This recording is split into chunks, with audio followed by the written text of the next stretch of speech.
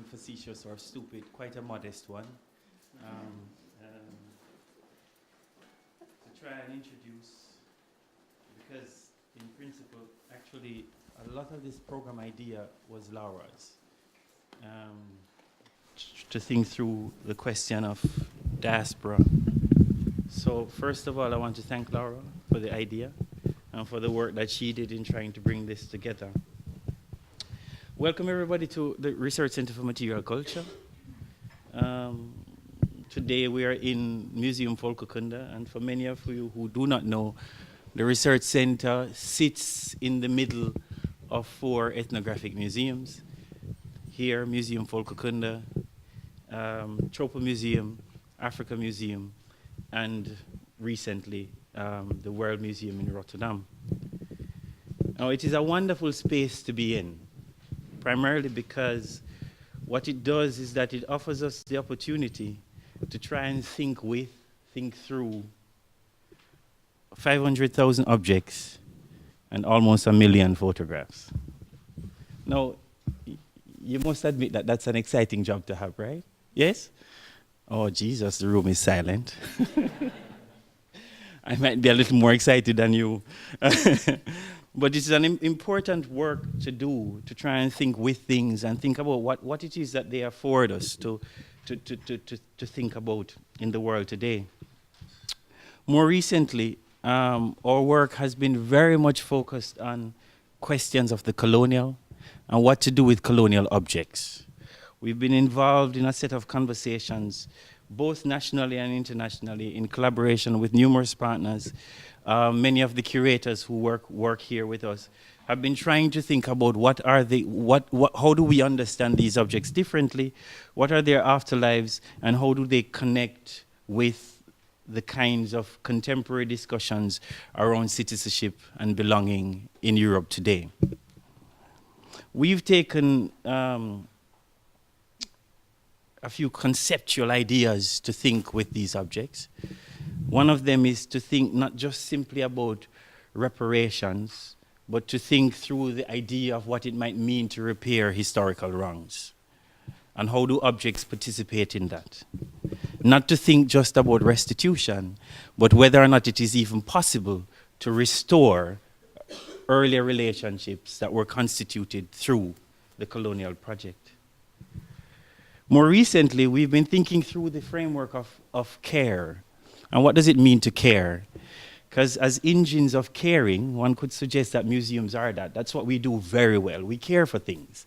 But as the engines of caring for objects, what might it mean for us to transfer that notion of care to think about the lives of the peoples for whom these objects are important? So within a framework of critical caring, how might we reorganize our thinking about the museum's role in contemporary society? Diaspora is one of those such words.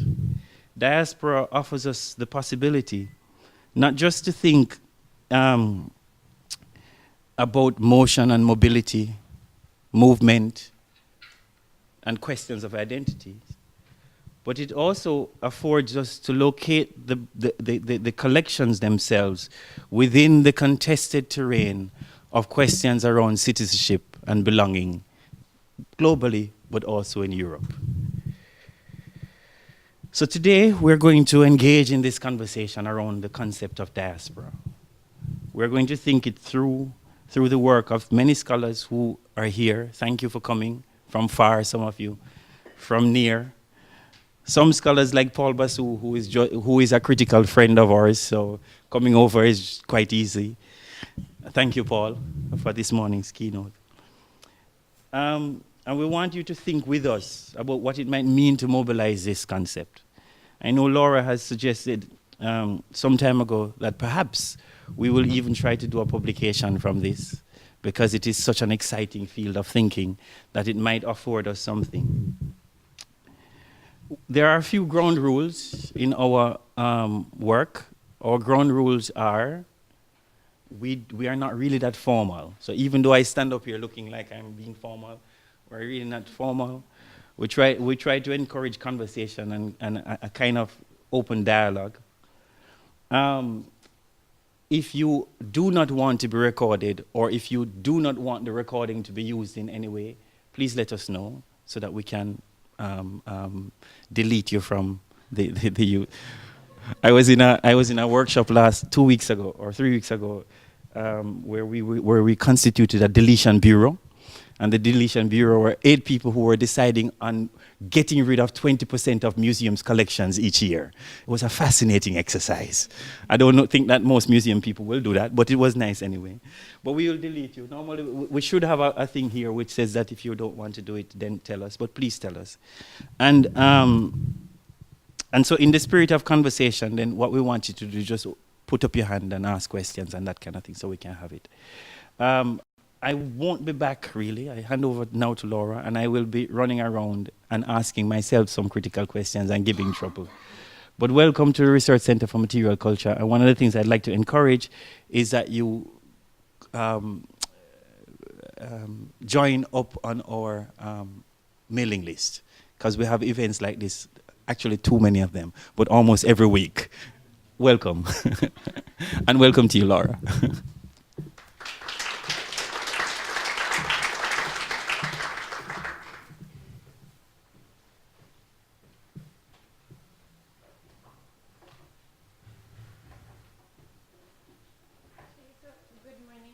Everyone. Okay. Let's do like here. I think it works better.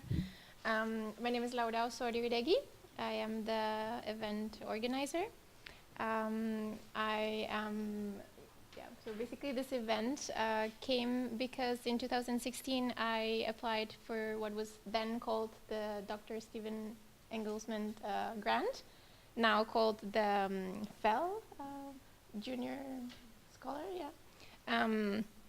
So I presented this idea for this conference, and it got selected. So it has been the work of almost a year to what brings us here today. I'm also currently doing my PhD in the University of Oslo. So this, what we will talk about, connects with my own research.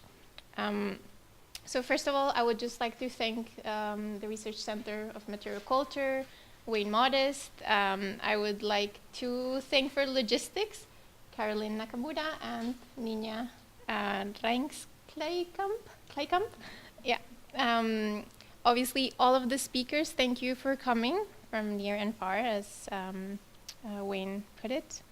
There will be a change in the program, which I will say immediately. We have had a last-minute cancellation.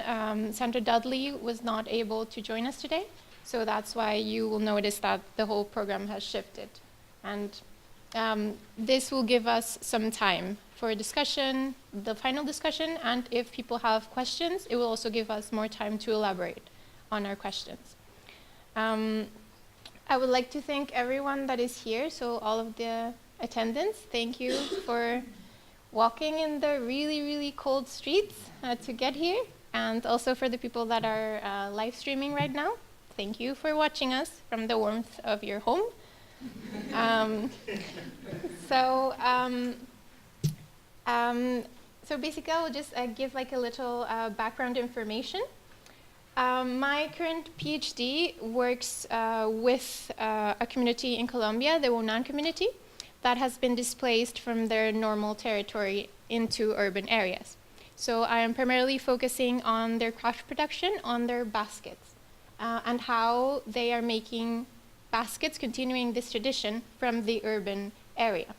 So on the general scope of my research, what I'm dealing is with objects and displacement.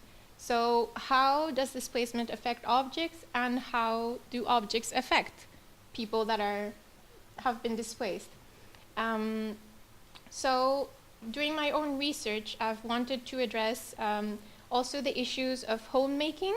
So how also objects in this context of displacement and diaspora or migration are helping, in my case, the Wonan community, to rebuild some type of home in this completely foreign landscape. because my work began in the Museum of Cultural History in Oslo, and I've worked with several museums in my short time alive. So I also wanted to bring forward this part, what happens with these objects when they are collected by museums. How do communities that are source communities for these objects, how do they interact with these objects? And also people that are visiting the museum itself. So in a way, this the symposium, what it tries to bring together is the role of the objects. So we have these objects that are in migration. How do they help or sometimes make obstacles in museum contexts, in a way of how people connect or not with them, and also with the source communities and the communities that are around these objects.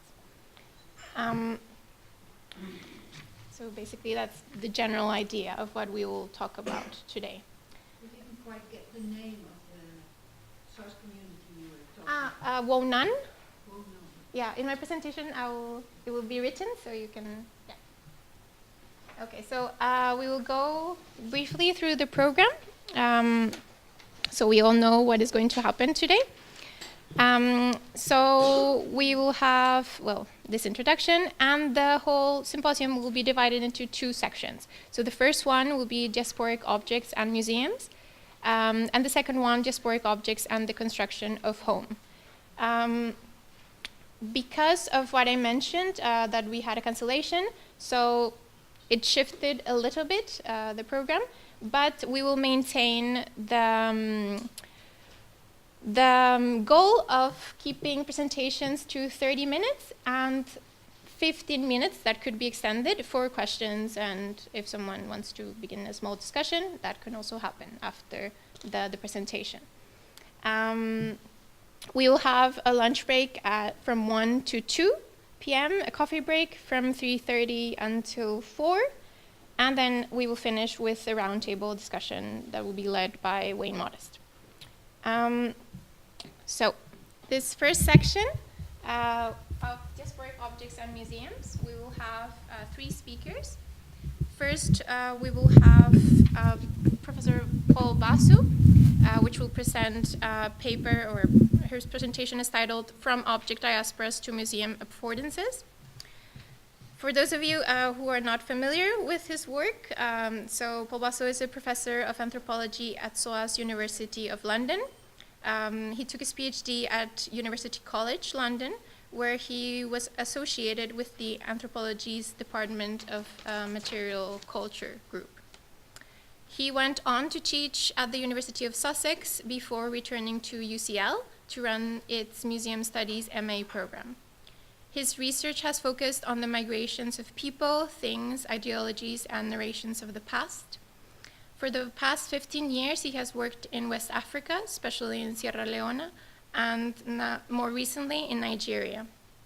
He's currently leading a 3-year project that is entitled Museum Affordances, which is an attempt to apply an experimental museology to re-engage with colonial collections in decolonial times. Following Professor Paul Basu, we will have Hector Garcia. His presentation is titled Negotiating Place, Meaning and Identity in the Ethnographic Museum of the Central Bank of Colombia. Hector is an anthropologist and holds an MA in social anthropology by the University of Los Andes. Since 2010, he has been a part of the curatorship team of the Gold Museum in Bogota. He has curated a new exhibition in the Ethnographic Museum of the Central Bank of Colombia, which is located in Leticia, so in the Amazon area of Colombia, and an exhibition called Mola's Layers of Wisdom. Currently, he's working on a research about the act of repairing objects. His main areas of interest are the history of anthropology in Colombia, practices of representation of the other in museums, and tangible and intangible heritage politics. After Hector finishes, we will have Vonu Weiss, The title of her presentation is Diasporic Waka in a Dutch Museum, Fostering and Mediating Relationships. Bonnewijs is a curator of Oceania at the National Museum of World Cultures here in the Netherlands, where we are now. She has previously worked at the Museum of Archaeology and Anthropology in Cambridge and has held a postdoctoral fellowship at the Metropolitan Museum of Art at the Musée Quai Branly in Paris. She curated the Mana Maori exhibition in Leiden and has published a book with the same title. Her fieldwork sites include New Zealand, Tonga, and most recently Arnhem Land in Australia. Her topics of interest and expertise include Pacific art and material culture, museums and cultures of collecting, Pacific musical instruments, Pacific textiles, and the significance of historical objects in a contemporary setting. So these are the three people that will present in the first section. And yeah, so let's have Wayne here. Sorry, Paul. Sorry.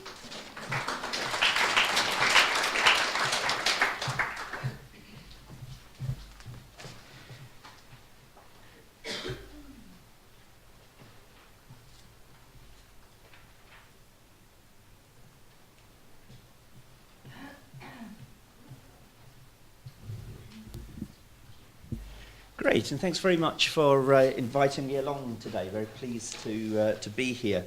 I'm going to take Wayne's comments. He's already gone, has he? He's already disappeared. Can't pin him down for long. To heart, so it's going to be rather informal. So whilst it sounds like I've got a well-thought-through paper here, from object diasporas to museum affordances, it could be subtitled Some Random Thoughts on Museums and Diasporas and Objects. And I'll mainly be thinking about historical ethnographic collections, mostly collected in the colonial era in ethnographic museums around the world.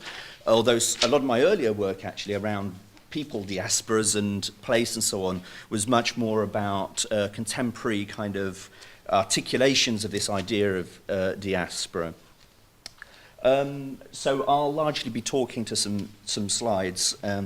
Just give me, is someone going to give me a signal when my time, yes, because I may drift off. So in the most literal sense, ethnographic museum collections constitute so many diasporas, insofar as they've been scattered from the places of their origin, as it were. A very literal idea, etymological meaning of diaspora, to scatter. They reside in one place, but their identity is, or seems to be, inextricably linked or associated or grounded in another place.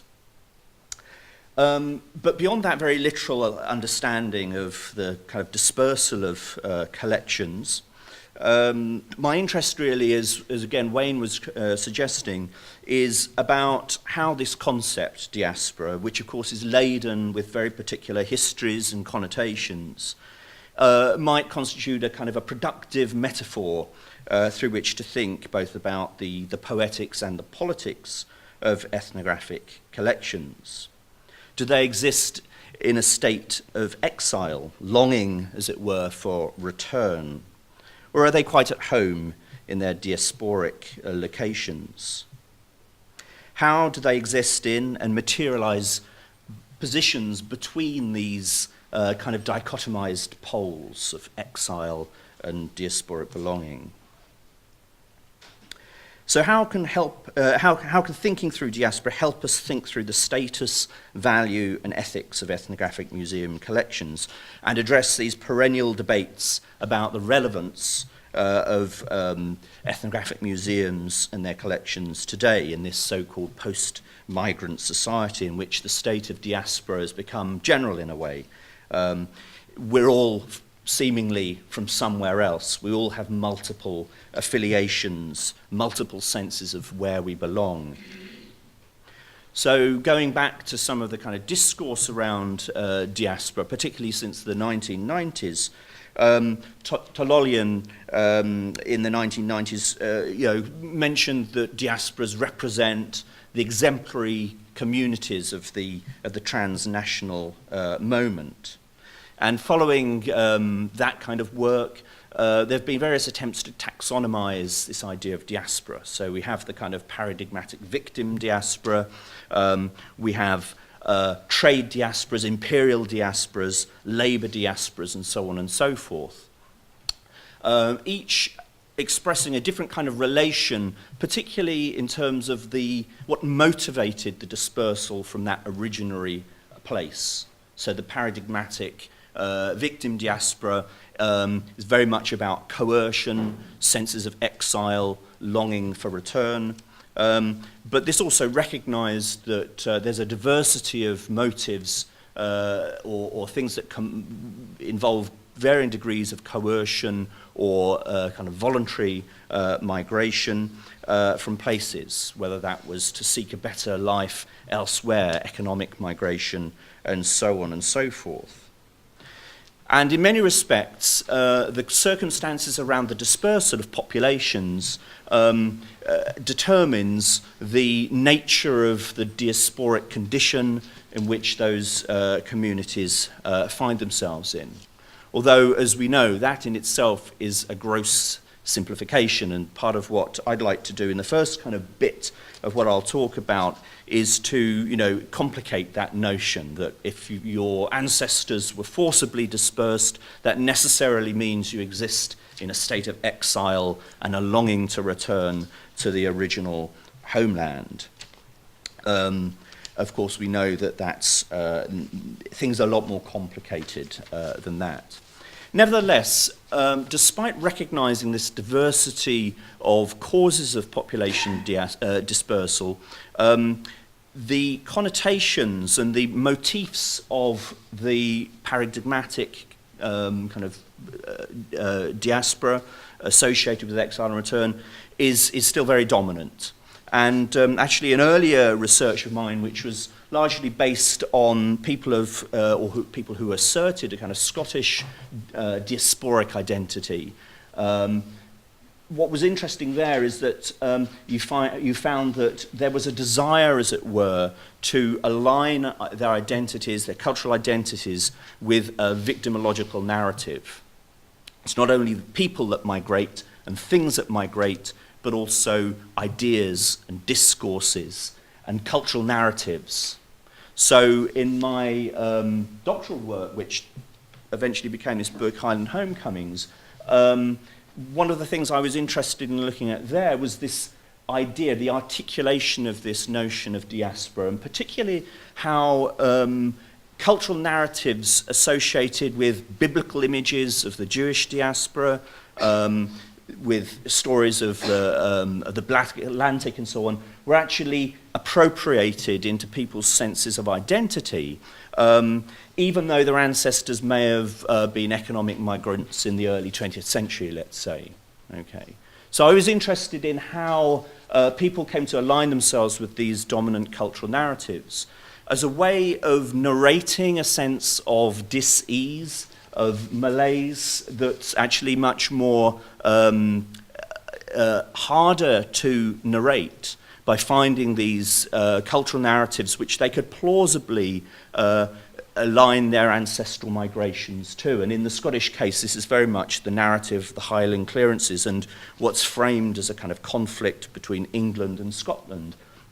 Although this involves a kind of perversion of history, as it were, if we're taking history as some kind of notion of evidentiary kind of fact. These are all very problematic terms, of course.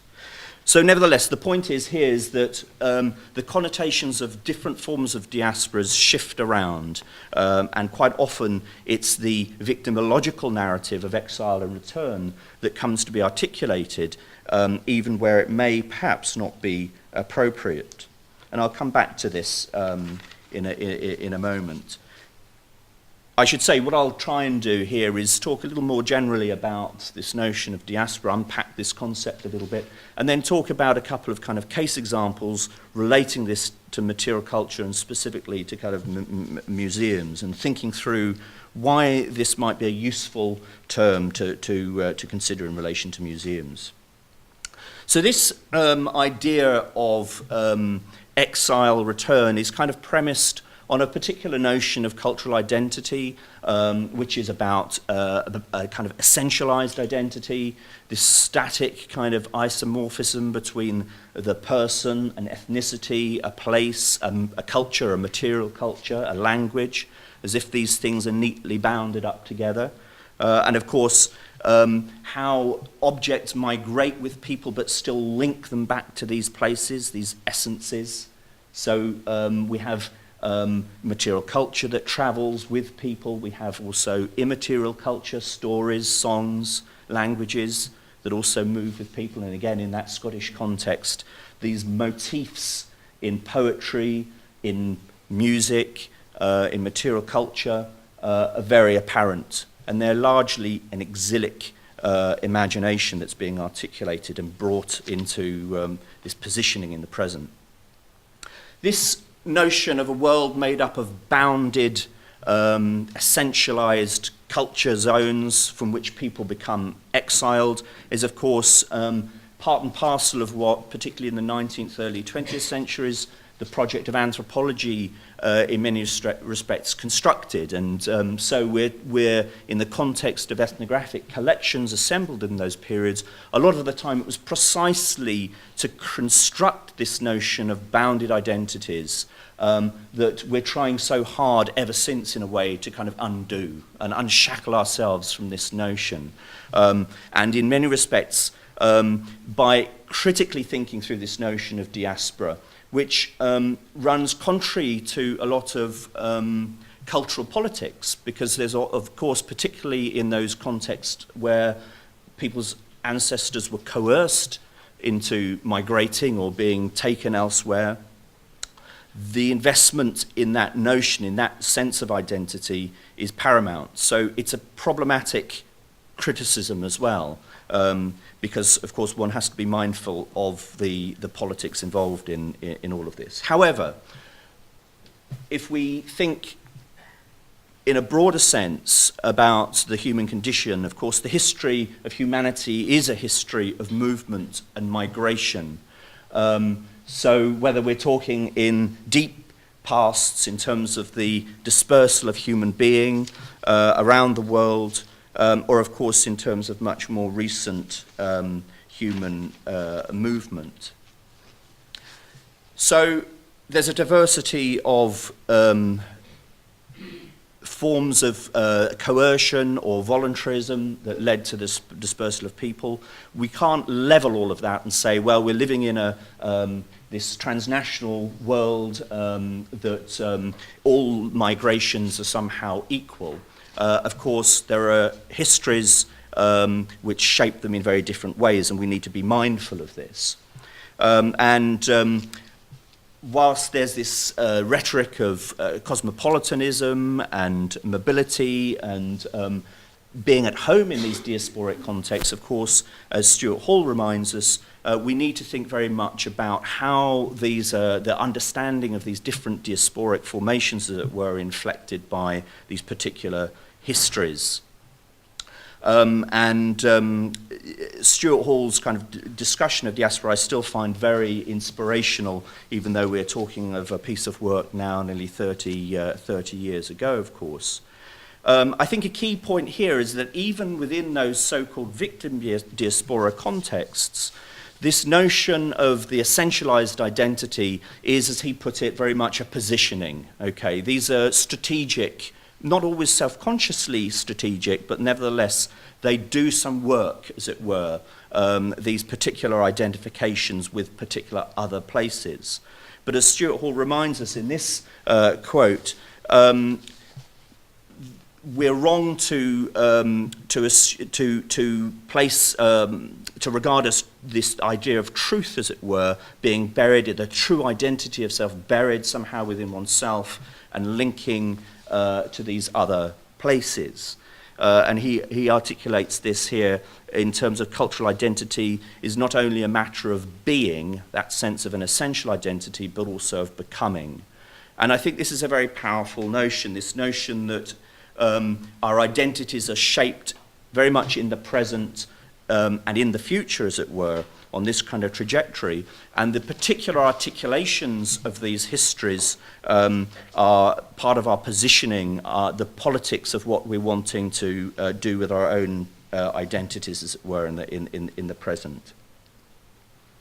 The past, he writes, continues to speak to us, but it no longer addresses us as a simple factual past, since our relation to it, like the child's relation to the mother, is always already after the break. It is always constructed through memory, fantasy, narrative, and myth.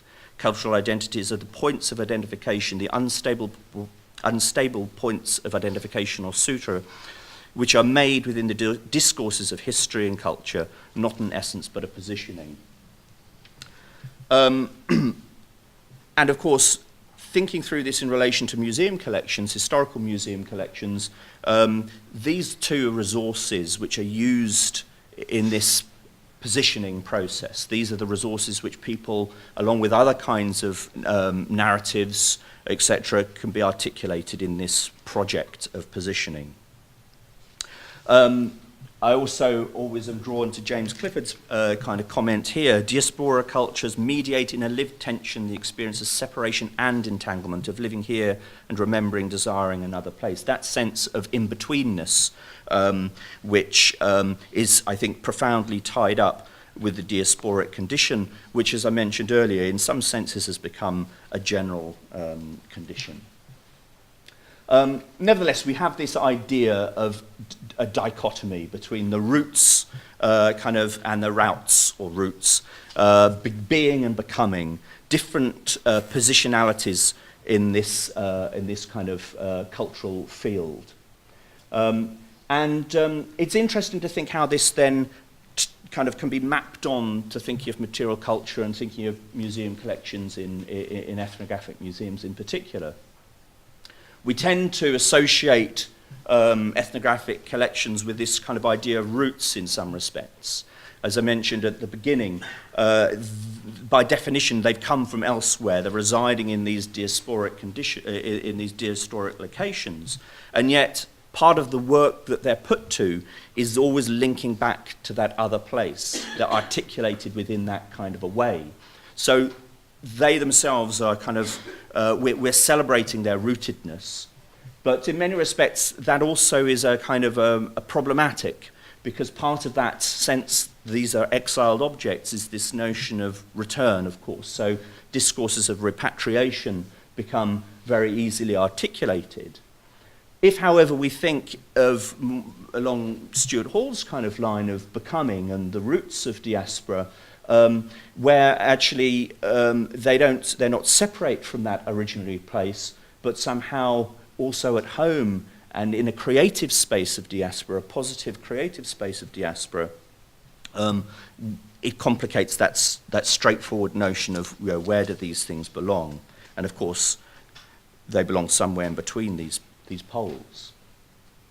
So to think straightforwardly, we can take an example where there's some kind of unequivocal kind of coercive dispersal of objects, and always turn to the Benin treasures, as it were, as an example, simply partly because they're so powerfully expressed in these kind of contemporary photographs and so on, collections that have been dispersed, particularly around Europe and North America, through the Benin punitive expedition of 1897.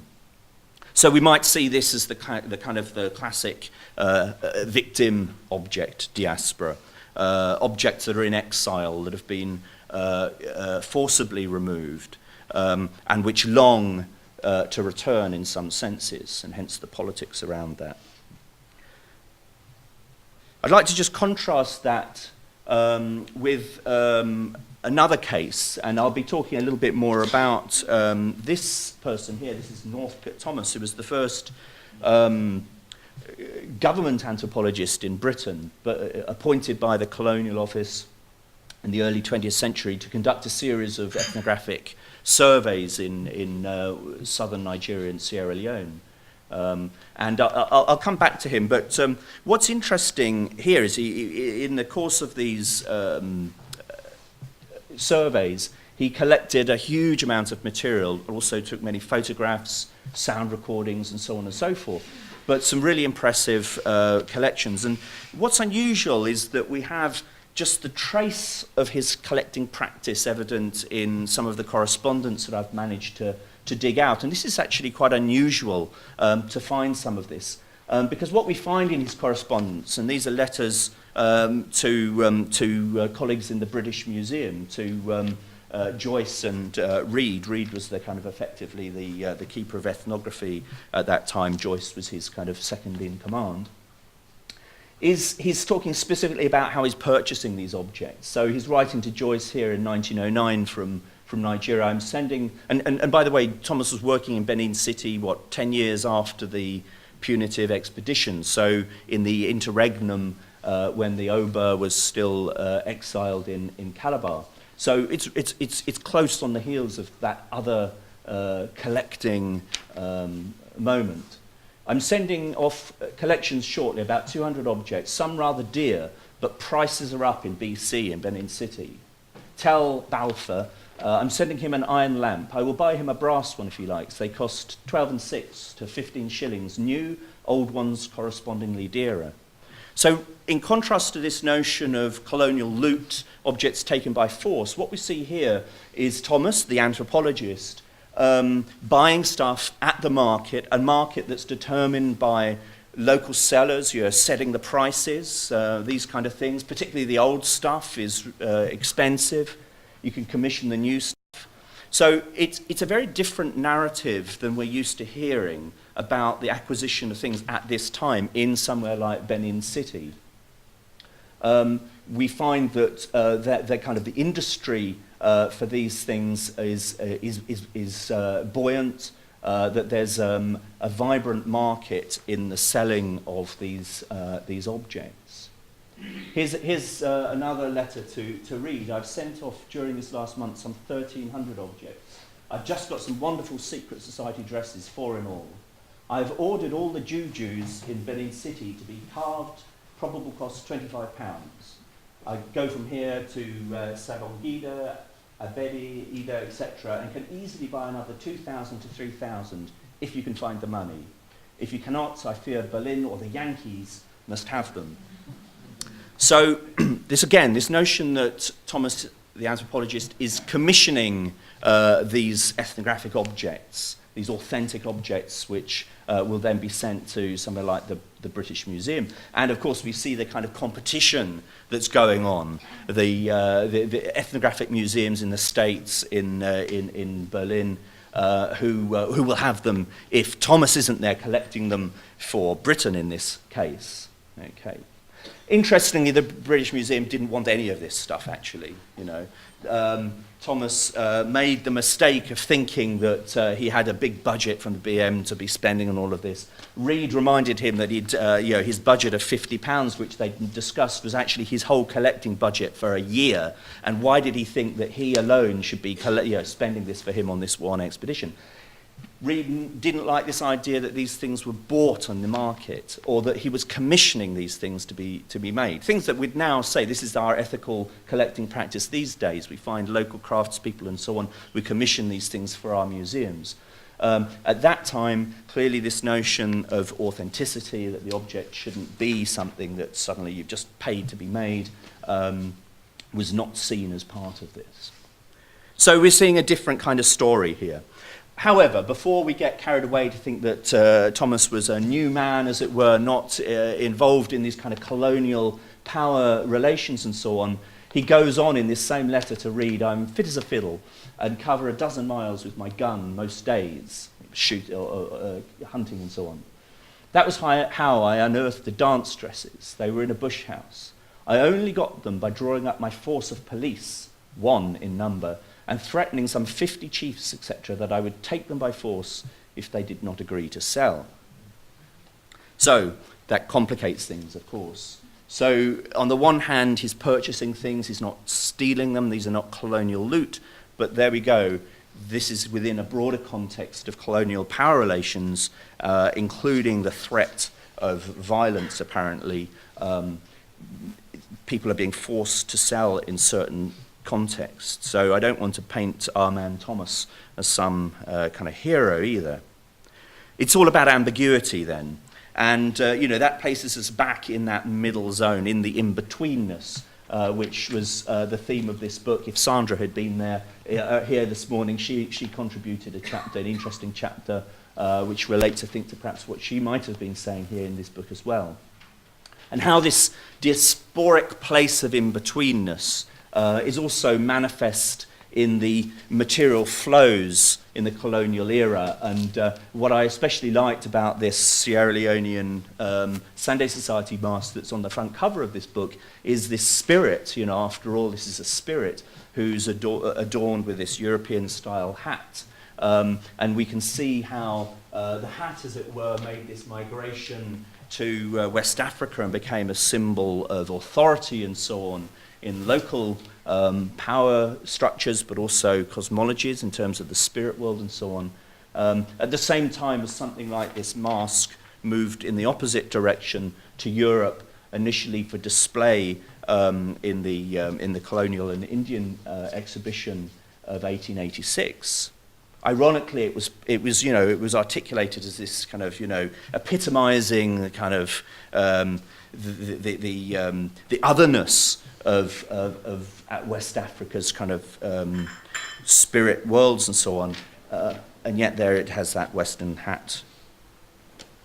So in-betweenness as a kind of key thing to take from this notion of diaspora. To kind of shift, as it were, discourses and to think more about migration studies and, really? I see, you reset the time. I looked at my... Anyway, okay, I better speed on. The value of diasporas to homeland. Okay, we've spoken about that idea of exile and return. One of the kind of key metaphors that I've been interested to explore is this idea of diasporic remittances. So within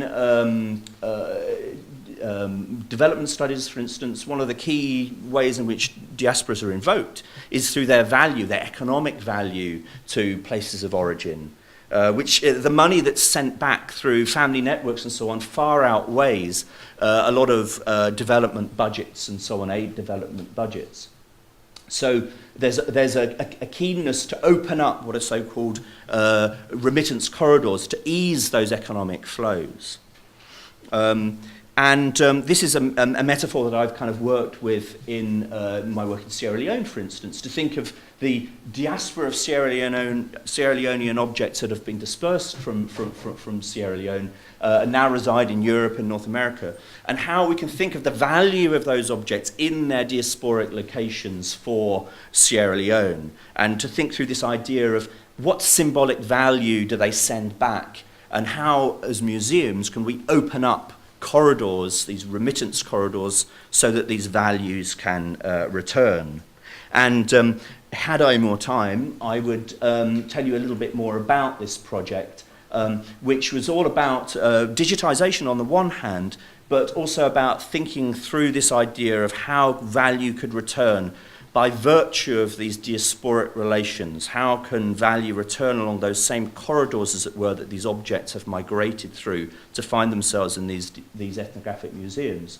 So through various kind of collaborations, working, exchange, the return of information about objects to places where they were found, the return of histories, exchanges with teachers, curatorial exchanges, exhibitionary exchanges, celebrations. This is in the British Museum. The first time, I think, Sierra Leone has really been celebrated within the British Museum in any significant way. And an event here, that same Sunday Society mask, performing in the Grand Court, very much about the confluence of an object diaspora and a human diaspora. This was organised by Sierra Leoneans in London, after all.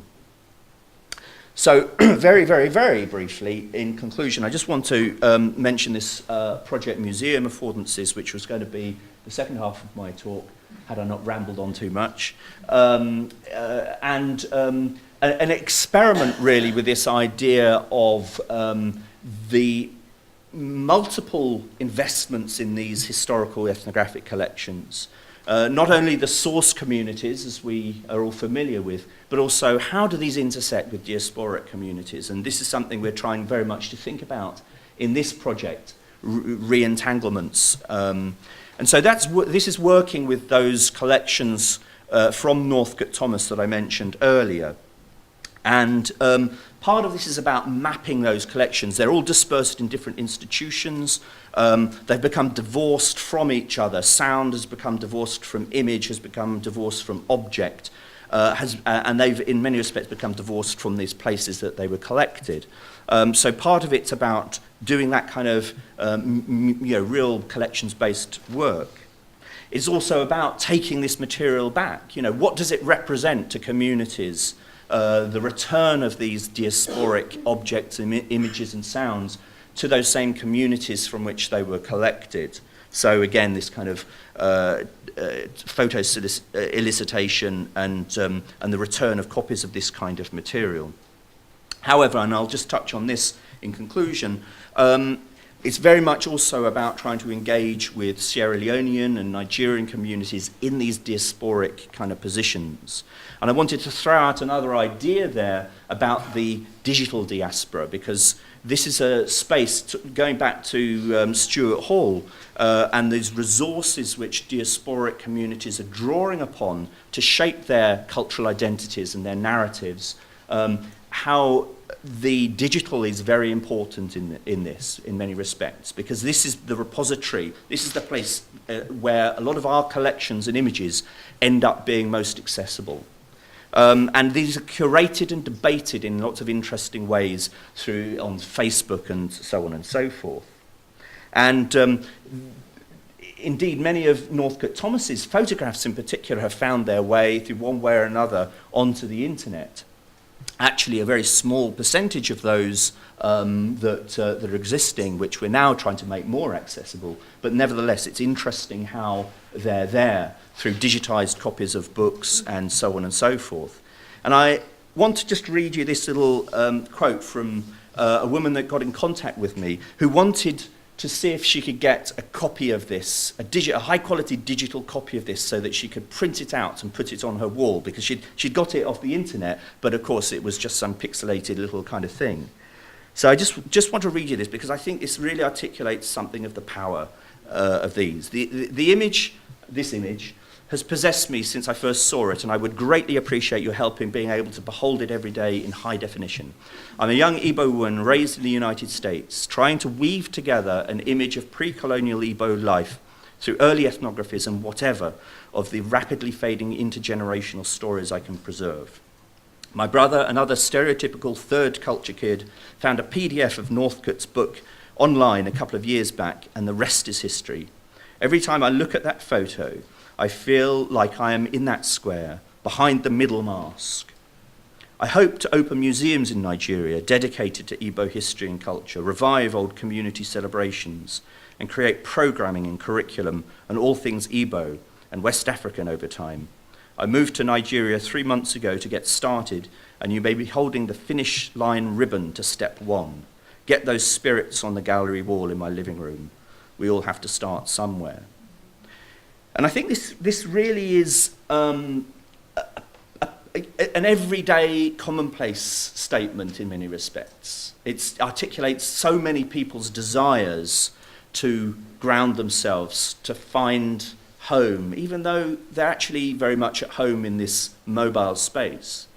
And that a notion of how people can be transported through images, but also ethnographic objects and so on, and imagine themselves back in that originary space, that profound space of identity, I think is key. And these are other examples of trying to activate these kinds of collections with diasporic artists, with others. I think the key thing is to come back to this notion of affordance, which I haven't really mentioned at all, but just to say that this is the potential, the latent possibilities that reside in our collections and our ethnographic images and so on is immense. And it comes back to the role of the museum then within that, and our responsibility, our ethical responsibility, to find ways of activating this material, okay? Some, by chance, people come across these things, but in a way that's not good enough. I think our responsibility is to come up with the ways, the methods of actually demonstrating what this material can do. And the problems that raises, which I think I'll just leave you with, because of course, we're trying to undo that sedentary image of the world where people's identities are only rooted in place and where there's these senses of exile if one suddenly find oneself separate from that place. And so there's a problematics to that. Do we want to perpetuate that kind of rooted identity, the OOT version, or how can we both activate this material but ensure, as it were, that it doesn't provide a negative space, as it were, but it's a positive space? Is that our job too? Okay. Are we arbiters as museums and so on of how they're used? How can we ensure that it's a complicated story that's that's kind of appropriated, that's a productive, creative thing, rather than this idea of an identity that we're trying to undo?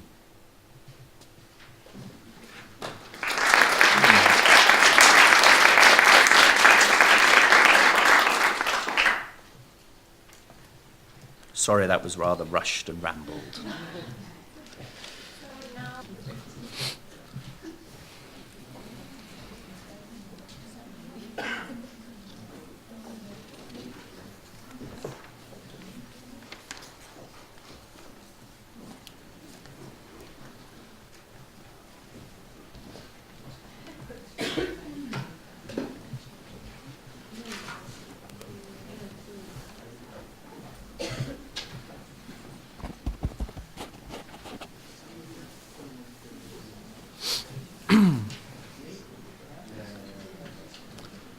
So good morning to everybody.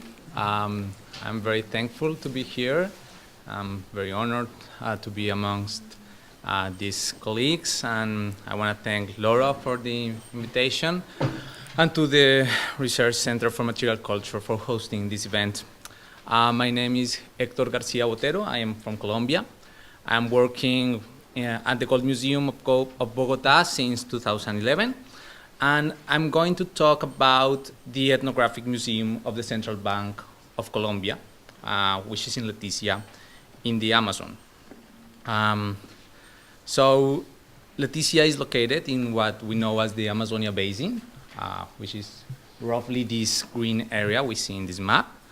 And it is, of course, with the home of the Amazon River, which is like the longest in the world, and it goes through 6,000 kilometers all over from Peru to the Atlantic Ocean.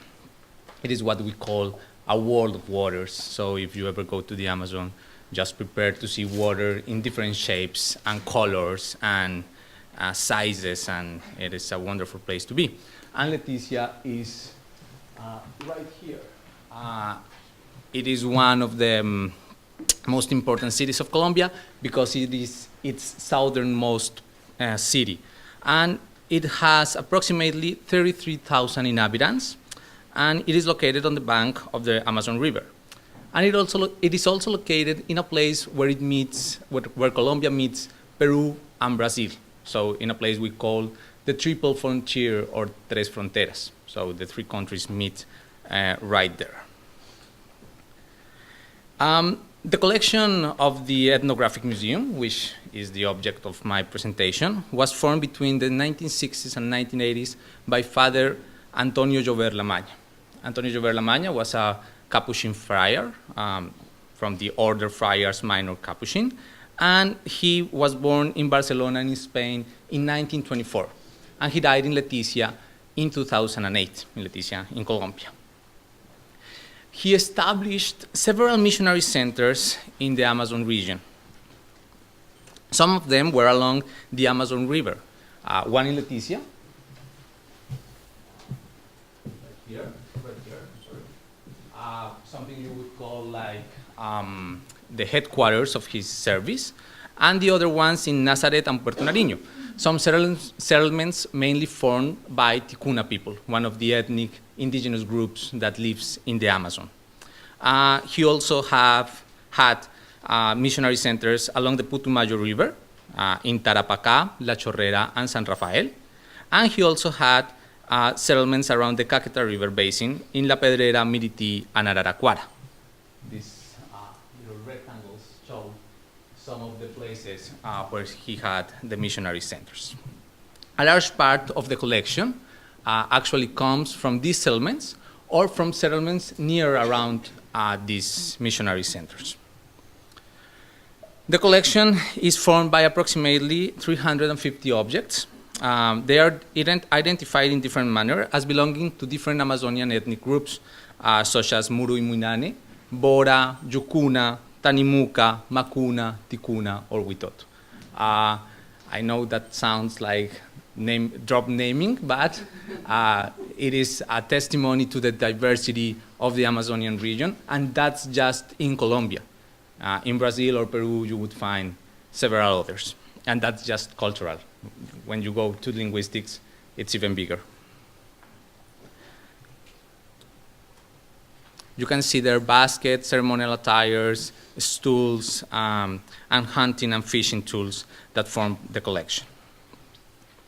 So, 30 years ago, in 1988, Father Jover and the Central Bank of Colombia agreed on the loan of this collection for the next 20 years. That is, between the period of 1988 and 2008. And the agreement had only two conditions. The collection needed to stay in Leticia, and it shouldn't be disseminated. That was the only two conditions. Those were the only two conditions. And it was presented as a museum, and it was called the Museum of the Amazon Man. And it had also the name of Father Lamagna at its door. It had some information about the objects, and it was complemented by some texts and information that were outside the room of the collection.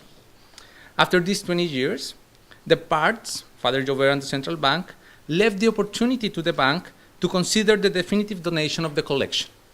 Having seen the conservation of the collection and its exhibition, and perhaps knowing about his own age, Father Jover agreed to make the donation. You have to remember that the donation was finally made in 2008, the same year that Father Jover dies.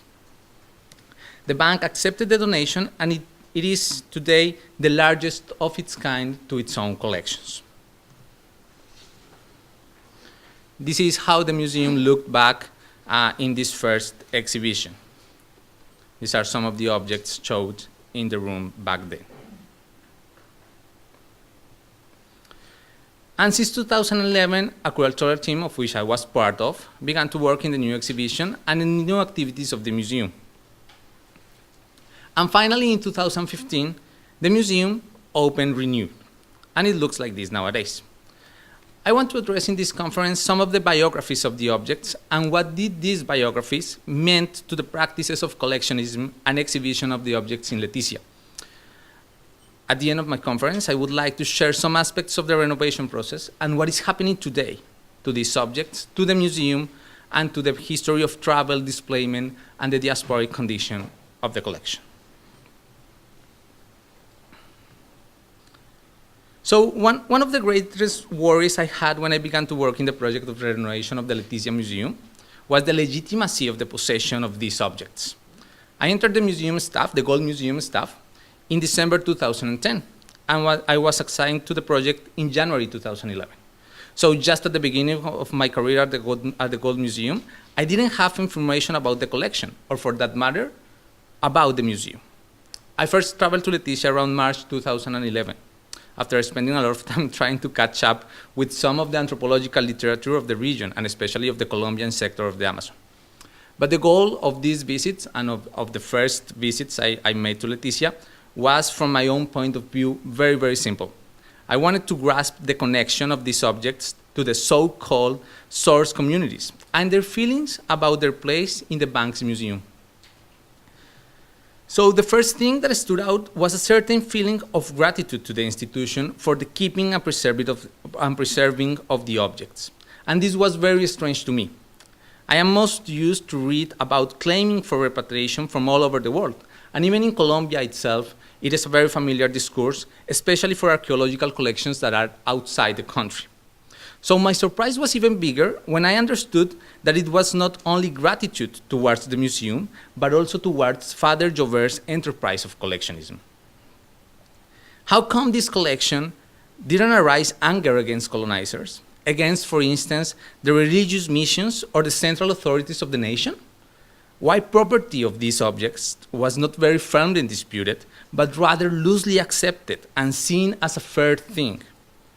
And this was my first reaction also because, especially Capuchins, the order of Father Jovert, has a history of cruel treatment of indigenous population in Colombia. And it was denounced several years ago also by anthropologists. And this image and this text shows this kind of relationship he established with some of the indigenous people I was talking back then. This is an in memoriam speech that Anastasia Candrella Macuri, a Witoto leader, a person who was very close to the museum, made in honor of Father Jovert. And she calls him Sabio Cururu, which roughly translates Cururu wise man. And it's very funny because Cururu is not even a Colombian Amazonic word, but it's rather from Paraguay, from the Guarani area. But that's the way he called himself.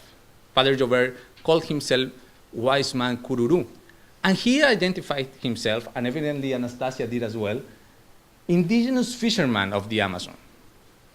So he was like trying to approach, and I can't assure you it was very successful, but he tried to approach communities in a very horizontal way.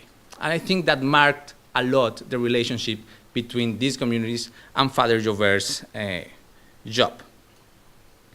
He had become a close reference to elders and youngsters from different ethnic backgrounds. People who had met him at the beginning of his missionary work and met him until his final days were, in fact, people I was meeting then, when I began at the museum, as valid interlocutor to the interests of the museum. As you notice, I didn't meet Father Jovert, so it is impossible for me to make some kind of semblance of his character in Leticia. But I can tell you this. He was able to keep the indigenous people to his mission and to his work, and that included naturally his collection. They were very, very close. So the feeling of gratitude to this collection and its place, or at least the absence of feeling of anger or resentment, is in part due to the practices and relationships of Father Jovert with some of these individuals. But beyond Father Jovert's own personal qualities, I think we can understand this feeling if we discover the diasporic condition of the objects before being collected and after that. For that, it is important to frame this collection between two episodes of Amazon history in the 20th century: the rubber bomb of the first decades and the establishment of Leticia as a Colombian city in the 1930s. This is Anastasia Candré. Usually identified with Julio César Arana's empire, the extraction of rubber of the Amazon forest is one of the greatest tragedies of the century, and one that in many aspects illuminates the link between mass production of death and of goods in capitalism. Displacement from traditional territories is a mark for a huge part of the indigenous population that was born in the Amazon during the 1950s. Either their parents or the parents of their parents had to move, to escape, and even to forget their language, their customs, and their celebrations in order to survive. These are drawings denouncing the actions of Julio César Arana's enterprise in the Amazon. And you can see him standing on graves and skeletons and his own fortune right in the safety box. And here they are denouncing the tortures and the mistreatments of indigenous people that were collecting rubber. So what Father Jover encountered in the second half of the century were not isolated communities, but rather communities trying to regroup, trying to reinvent themselves, to find new histories of origin, and to forget and to cure the memories of the time of robber. This is a process that is still going on, and perhaps we can talk about it at some point later in the conference.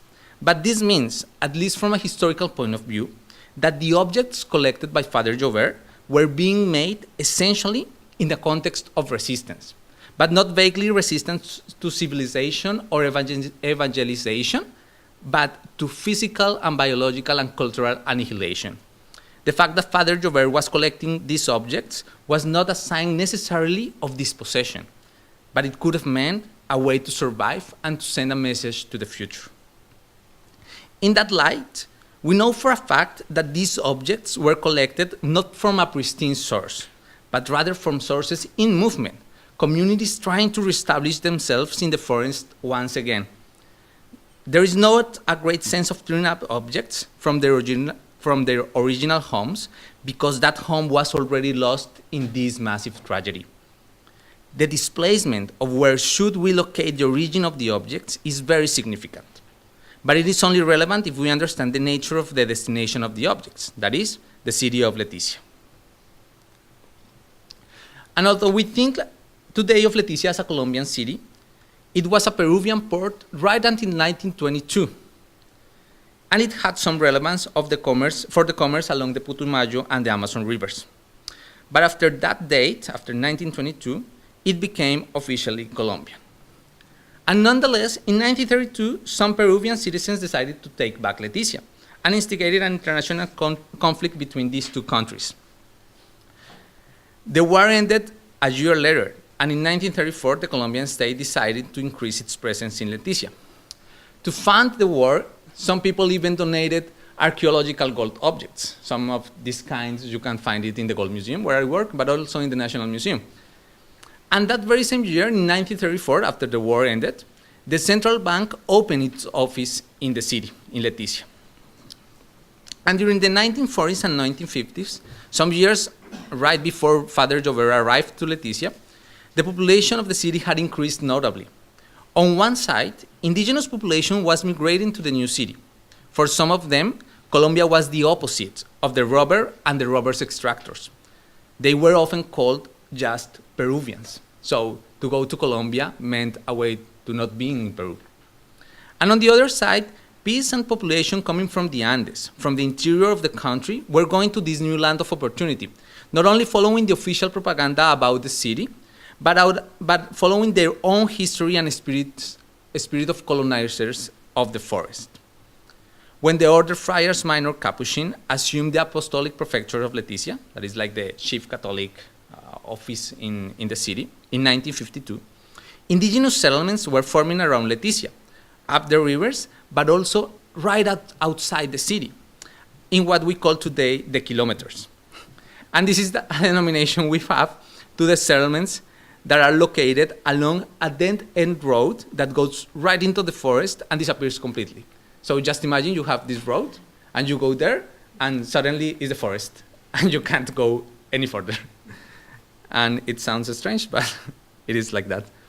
And some of these settlements are resguardos, special territories for indigenous communities. And even one object of the collection is listed as coming from one of these settlements. So you see it right there. Place, kilometer 11, in the road Leticia-Tarapacá.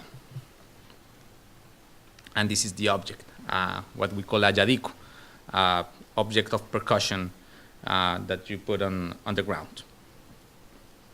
So, in a sense, against what is very common in practices of collectionism, these objects were not going to some external place of observation and analysis. They were going to their future home, as many other persons, indigenous or not, were doing at the same time. Of course, these were not equal displacements. Peasants and public officers were going to a new land, a new paradise offered by the official propaganda. Missionaries, such as Father Jover, were trying to reinvigorate their work after the Second Vatican Council.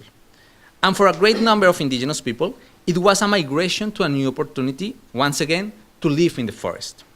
So I think that these are the reasons why I didn't encounter resentment or anger against the collectionism of Father Jover. The objects are for the generation of indigenous people living and growing up in Leticia in their home, a home made of displacements, travels, and histories that are parallel to their own. But that is just part of the story. We have to relocate the location, the collection in the Central Bank Museum.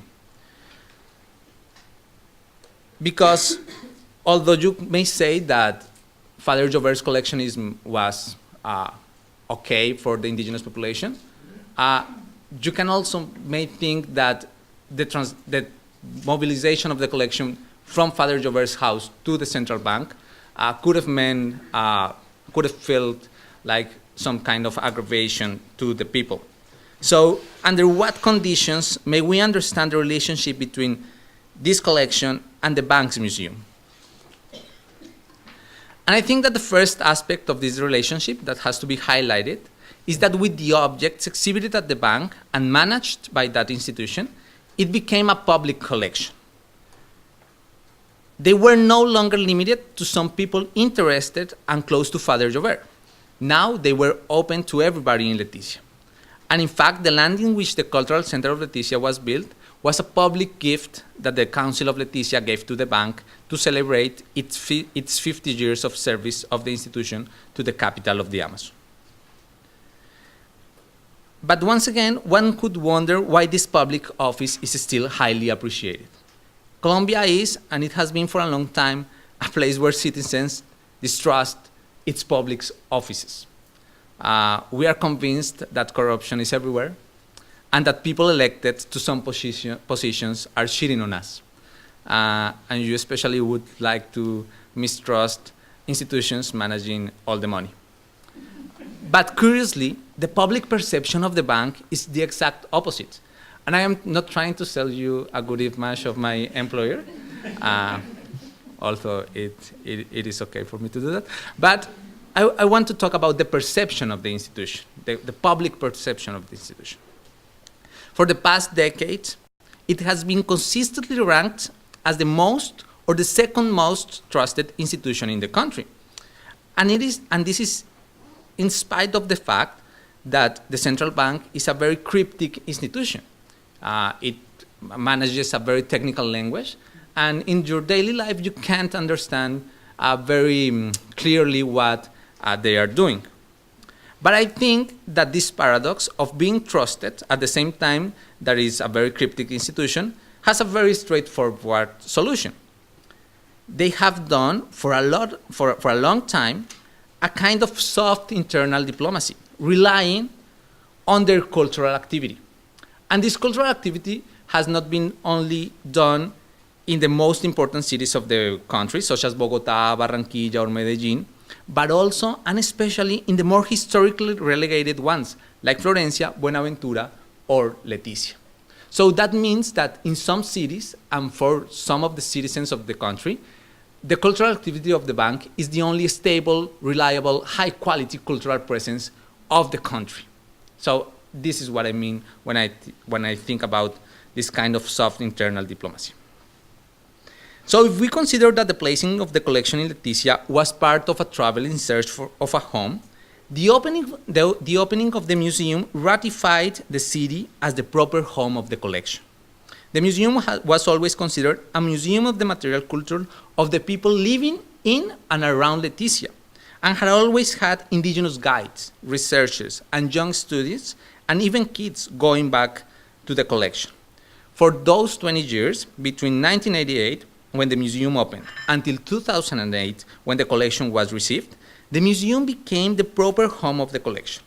Not only the place where the objects were, but the place where the objects could be useful. This double framing of the collection, first as objects made in a historical and cultural context of forced displacement, and second, as coming to a new city and finding a place in a new museum, allows us, finally, to reflect on some aspects of the renovation process. These are some images of some indigenous leaders and intellectuals who I met when I was working on the renovation of the museum.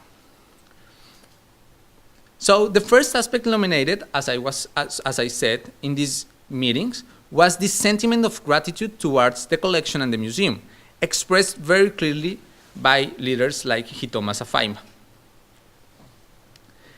And the second aspect that became very clear was that of the museum as instrumental of political and cultural process of the communities around Leticia, as Ruth Lorenzo told me once.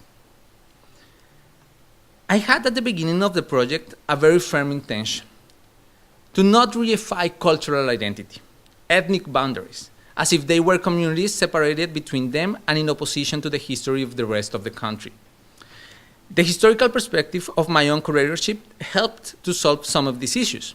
But when I presented the idea for the ethnographic exhibition, it was firmly opposed. And I thought there were going to be opposition, but I didn't expect it to come from the indigenous leaders. My surprise is still relevant today. I thought, and I still think, that the museum should show through the objects this history of displacements, of travels, and of communication. But if you see the ethnographic exhibition today and compare it to how it was before, and you have in the upper side of the slide the before and in the downside the today exhibition, you would see the same ethnic frontiers are still present and are even more obvious to the visitors. And this was a petition exclusively made by these leaders and intellectuals. They didn't want to cause any sense of confusion of who they were, how they are differentiated from each other, or how they don't share the same history. Through my conversations with them, I asked insistently, aren't these objects shared by all of you? For instance, the material culture used to prepare, to keep, and to share mambe, made of the coca leaves, is not common to several groups in the Amazon? Or the use of yanchama, a natural fiber, isn't it shared by different groups to make different objects? And of course, I know and I understand there are cultural markers that are very important, and they were going to be present in the museum, but they were not enough for them. They were confusing to their own point of view. And today, when I see the museum, I understand that it was not a problem of some ethnographic or cultural accuracy. It was politically and educationally irrelevant. The museum is the home of a very complex history. And to indigenous people, and even as for tourists and foreigners that go there to see a very neutral space, for the indigenous users of the collection, the guides, the people that interact in this space, they understood that it had to be very clear about the existing, the surviving, and of the ethnic groups that are represented through the objects. So this perspective of blurring identities, which is very appreciated for some anthropological trends, was rapidly discarded from these conversations. I would like to end with some remarks about the limitations of the museum and how the diasporic condition of the objects is flourishing after the museum opened. And I want to insist in this. What is happening today, it is only possible after the museum opened.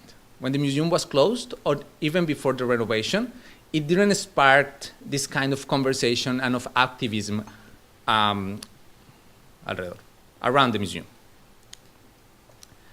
I don't want to make you think that the museum is a community-guided museum. It was designed, and it still is, an institutional museum. And in that logic, it represents the history and culture of the Amazon from what I would like to call an hegemonic point of view. This point of view is very strong and is persistently trying to reduce the diasporic condition of the objects, presenting them as objects without history and belonging to Colombia, the country in general, in first place, and then to other people, indigenous people that are exotic Colombians. Of course, the process of renovating the museum in constant conversation with these indigenous leaders and intellectuals made the museum a little less aggressive as a space and as an exhibition. And the contributions of these interactions were very important to the museum, and they did especially left a mark on how we think of this museum nowadays. And not only this museum, not only the Ethnographic Museum. As I said at the beginning, I work for the Gold Museum, and the Gold Museum is like the principal museum of the archaeological museums of the Central Bank of Colombia. And after the museum in Leticia opened, the Gold Museum has opened 2 renovated museums, one in Santa Marta and the other one in Pasto, and is working on a 3rd one in Cartagena. And in every museum, in spite of not being ethnographic, the problem of the question of how the communities around the museum relate to the collection is being addressed even in a stronger way than it was in Leticia. My curator colleagues are spending more time with their colleagues in these citizens, and they are traveling to meet the different leaders, artisans, and communities around those museums.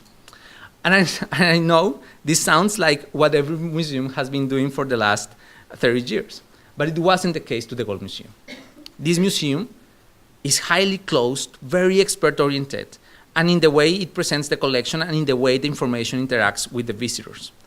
But I think, and I want to argue this, the experience of Leticia opened the mind of directors, architects, and archaeologists to explore, to keep close, and to understand the needs, the meanings of these objects, no matter if they are archaeological or ethnographical in the process of doing a museum.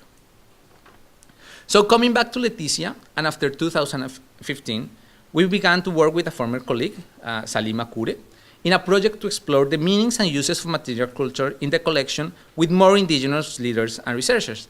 And here we can see one of them, who is Abel Santos, a Ticuna indigenous leader. And what we wanted to do was to open the native perspectives of the collection with the economic and institutional support of the museum, as we do with different researchers, from anthropologists to biologists. We hired them as independent researchers to use the collection to look for some meanings in it. We called different people living in Leticia or around Leticia to come to the museum to talk about the perspectives of this research. And we hired 2 persons for each group represented in the museum, the Ticuna, the Jicuna, and the Huitos. And they went to the museum, they talked to me and Salima about their plans, and they did some research with their communities, with their parents and their grandparents, their neighbors, and even with their non-indigenous friends. And this process reactivated the value of the collection as memory of the past, as a memory of what is no longer done in the daily life of indigenous people. And this reinforces the first thing we saw some years ago when we began. But here's when change comes in. These new researchers are finding out that some of these objects should be closer to the people, and some of them should be even forbidden in the museum. So exploring the meanings and uses that other indigenous people have of the collection, they began to realize the political conflicts of collectionism, conflicts that were not in our mind when we were consulting and exploring the renovation of the museum at the first time. And I think that this is very exciting. Every step we take to bring together the objects to the indigenous communities, the more dense their historical relation become, and the nature of the museum is more poignantly questioned. And it is not a matter of the museum being a place of injustice, but rather that the museum could become, in a near future, irrelevant if it doesn't allow the objects to continue their travel and to continue enriching their diasporic condition. Thank you.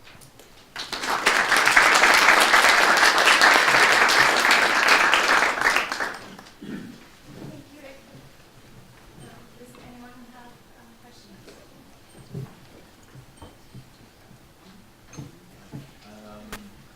I was wondering, because you were talking about objects that should not be in the museum. Obviously, many of these pieces have to do with initiation rites, etc.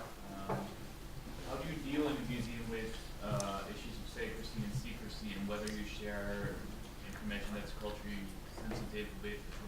Sorry, I have something in my eye.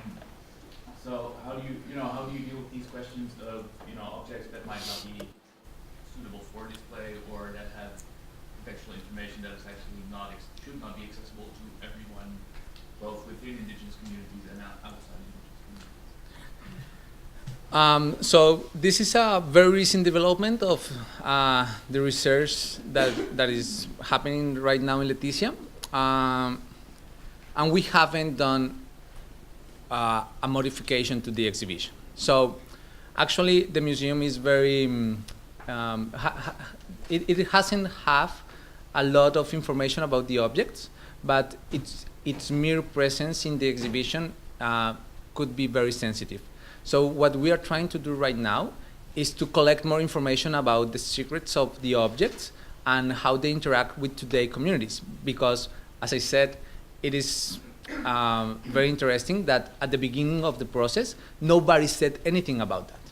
So what I am thinking now is that probably they were afraid that we were not going to open the museum if they said something like that. But also what is happening is that after the museum opened, we have been in contact with new indigenous leaders. And some of these indigenous leaders are tracing their histories back even further than the ones we met at the first time. So these new indigenous leaders are actually asking elderly people how they feel about these objects. So what I hope it will happen in the near future, is that we get and we arrive to an agreement of how to exhibit or not to exhibit the objects. And I think both options are perfectly fine and perfectly understandable. But right now, we are just in the process of continuing the research of the meanings of some of these objects. It happened specifically to two sculptures, which are very significant objects of the collection, and because of that significance, it's even more surprising that at the first time of the questioning we did with communities, these issues didn't arise. So now we are wondering why are they arising today, and what this means for their own political processes. How do you decide who to work with in terms of? So our first approach was to work with indigenous people close to the museum. So between 1998 and 2008, the museum was mainly the ethnographic room with the exhibition and some educative and cultural services. And what has been consistent during this time is that we have hired indigenous people to work with us.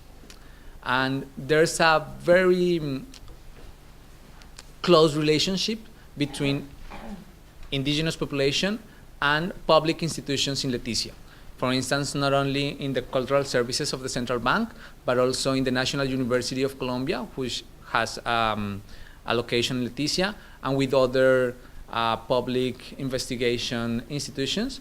Indigenous people work with them, trying to reinvigorate their own knowledges and practices of traditional working. So in a way, they were very close to us. And that's also what is happening right now. We opened, with the museum now in view, we opened the collection to other people, some people who were not that close to the museum. And we looked for them in order to do that, to try to comprehend in a more general way how are they feeling about the collection. Because we had, and we understood this later in the process, we had a very close view of how they would feel about this. And now, extending the scope of our research, we are finding out these contradictory meanings and these contradictory feelings. But that's also part of their own history, because Leticia and the settlements around Leticia are contradictory themselves. And so you would find some indigenous living in Leticia, right in Leticia in the city, which is interesting because they have the traditional settings right outside Leticia, but they are rather working in the city, trying to maintain their links to some home that was lost at the beginning of the century. So it is a very complicated situation, and what we are trying to find out is how extended or how restricted are these feelings, and how should the museum engage with them. Thank you very much. It was really interesting, and I like the way you were unpacking those kind of complexities and the changes. It's really interesting. I think I haven't quite understood, though, the relationship between the bank, the Gold Museum and the Ethnographic Museum. And just within that, because that seems fraught with complexity and challenges and politics, this diplomatic purpose, because in some senses it's kind of it's a sleight of hand as well, So there, on the one hand, there's this, and of course this is common to many museums, this kind of openness to the indigenous communities and so on, a gesture towards empowering them. At the same time as co-opting that in a PR process or a diplomatic mission, as you say, to disguise the history, presumably, which is about resource exploitation and human labour exploitation. So, is there no critical dimension locally within that? Okay, so I tried to mention that in previous versions of the presentation, and the presentation was like 45 minutes longer. So that's why I didn't mention it, that the complex link of these different museums with the bank, and I will try to address it very shortly in order to answer some of your questions. So the first thing to keep in mind is that the most important anthropological collection of the bank is that of the Gold Museum, which is basically an archaeological museum made of this kind of objects. These are from around Bogota, but you would find from around almost all of the country. So here's where the diplomacy begins, because the bank owned these kind of objects because it had the monopoly of buying gold until the 1990s. And at some point of its history, in 1939, it decided to stop melting gold indistinctly, but acquiring these kind of objects and collecting them. And the intention was for an elite pursuing their own national identity to have a collection to be proud of in front of the world. So this is the origin of the cultural activity related to anthropological purposes of the central bank. So when they opened this museum in Leticia, it is very interesting to see that they don't have a collection of gold in Leticia. Yeah? And you would say it is because in the Amazon there's no gold, and that could be an answer. But also you could say that they were not interested in showing this gold in Leticia because they were interested in showing the living indigenous communities as part of this national history.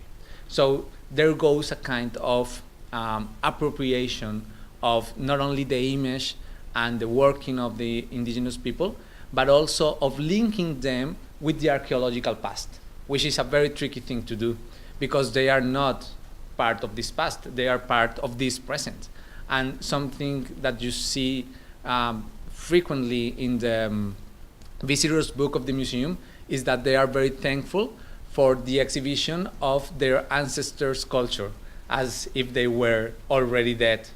And these kind of tricky things that happens in the museum, I think, are part of this central bank heritage and contribution to the cultural activity in the country.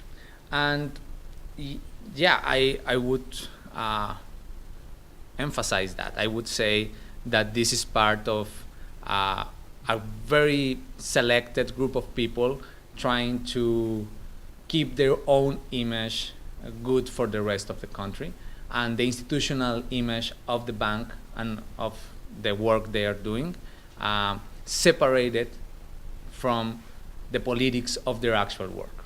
And this, I think, works very, very, very good in between the citizens of Colombia, because at some point you won't even recognize some of the institutions, some of the cultural institutions, as belonging to the bank. It is quite wonderful, but it's quite complicated. Could I ask one brief extra question, which is sort of in line with this, I think, the institutional background of the collection is, to what extent are you able to deal with know, the internationalism of these people that you work with, because there are people that live in Brazil, but also in Colombia and Brazil, in Peru, maybe even Venezuela, where they are all in different ways marginalized, right? I mean, in Peru, it's the indigenous people are Quechua and Aymara. In Colombia, you're also on the edge of the map and on the edge of consciousness, basically. In Brazil, you're also far away from capital. So how do you, is there a way you can deal with these sort of international dimensions, marginalization as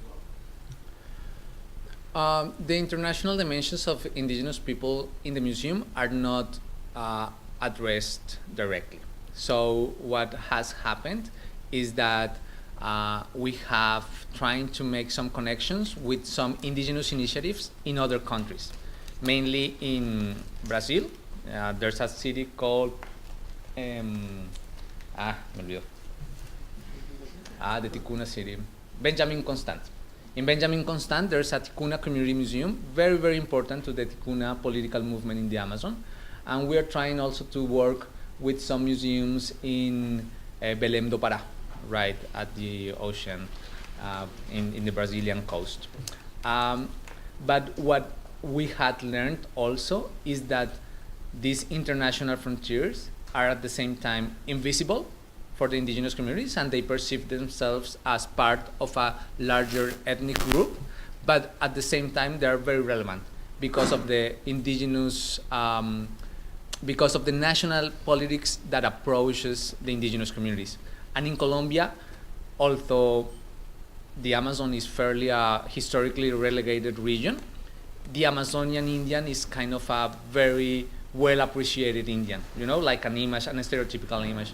And it has affected a lot how indigenous people relate to the imagination of the national country.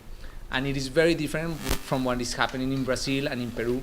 And the Ticuna people who live in Leticia, but also the Huitoto, the Muinani, or the Yucuna that are Colombian, they see the advantages of belonging to a country that at least institutionally recognizes more rights than in other countries. So it is a strange situation, and we have to deal it not only with other indigenous people in other countries, but also with other experts in those countries to address it fairly.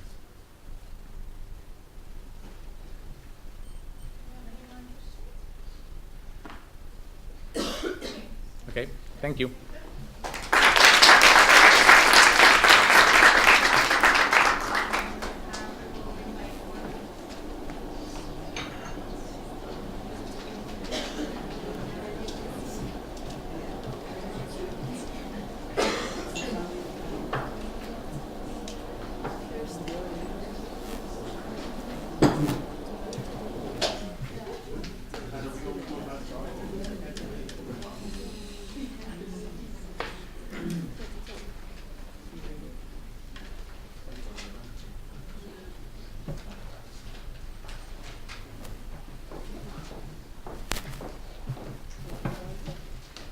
So, good morning, everyone.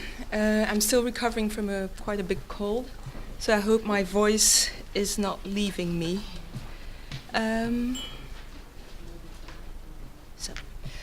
So I'm going to talk about a very specific case study, something that is happening right here at the museum, and you can actually see, I think, if you look through there, you can see the Waka, the canoes. So my talk is entitled Diasporic Waka in the Dutch Museum, Fostering and Mediating Relationships. So since 2010, there are two Waka, a Waka Tetekura, so that's a kind of everyday Waka, and a Waka Tawa, which is made out of kauri wood and which is a ceremonial Waka. And so since 2010, they are here at the Leidens Museum Volkenkunde. Waka are an important icon of Maori culture and indeed of Aotearoa New Zealand. So the Waka is kind of a natural object around which to collaborate. Waka reflect the maritime traditions of the Maori people. They also reflect Maori identity and the role of Maori culture in contemporary New Zealand society. So they are used to welcome important visitors to the country and also to mark significant events for the nation. So, but how, I'm going to start with, how did these Waka actually come here to the Netherlands? And why did it come to the Netherlands? So why not to any other country? So in this question is, what is the relationship between New Zealand and the Netherlands?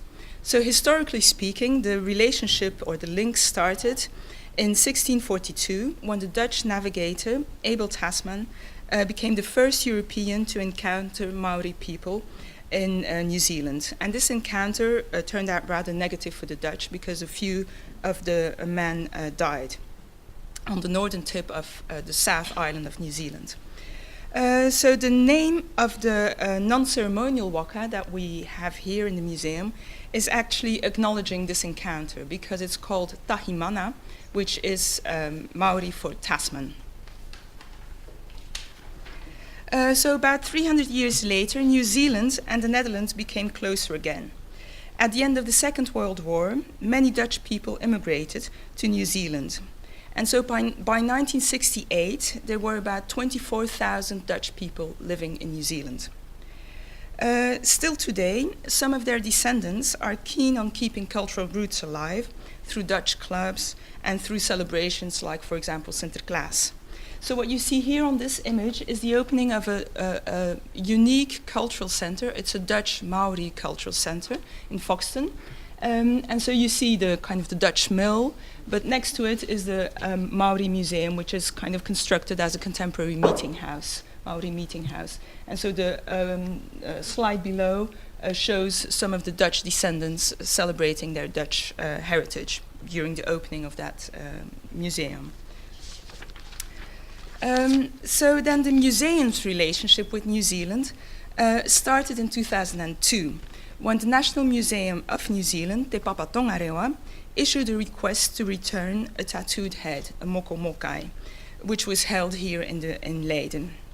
The request was granted in 2005, and the Te Papa representative, Arapata Hakiwai, who you can see on the right, together with my predecessor Dirk Smit, accompanied the moko mokai to its ancestral home. Other Maori-related projects followed, such as the exhibition held by the photographic exhibition of Ans Westra's work. And Ans Westra is actually a Dutch-born New Zealander. She was born here in Leiden, and she immigrated to New Zealand when she was 21 years old. But she focused very much in her work on Maori life and Maori events and also Maori protests, actually.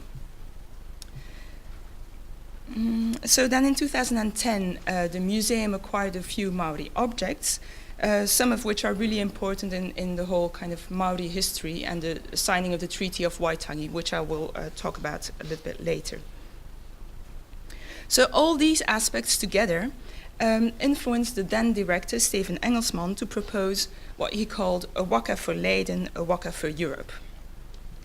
So in 2010, this proposition received funding. And the original idea was to have a waka, so a canoe, for the general public to paddle in. However, talking to the Maori communities, they thought the waka, the canoe, was too important a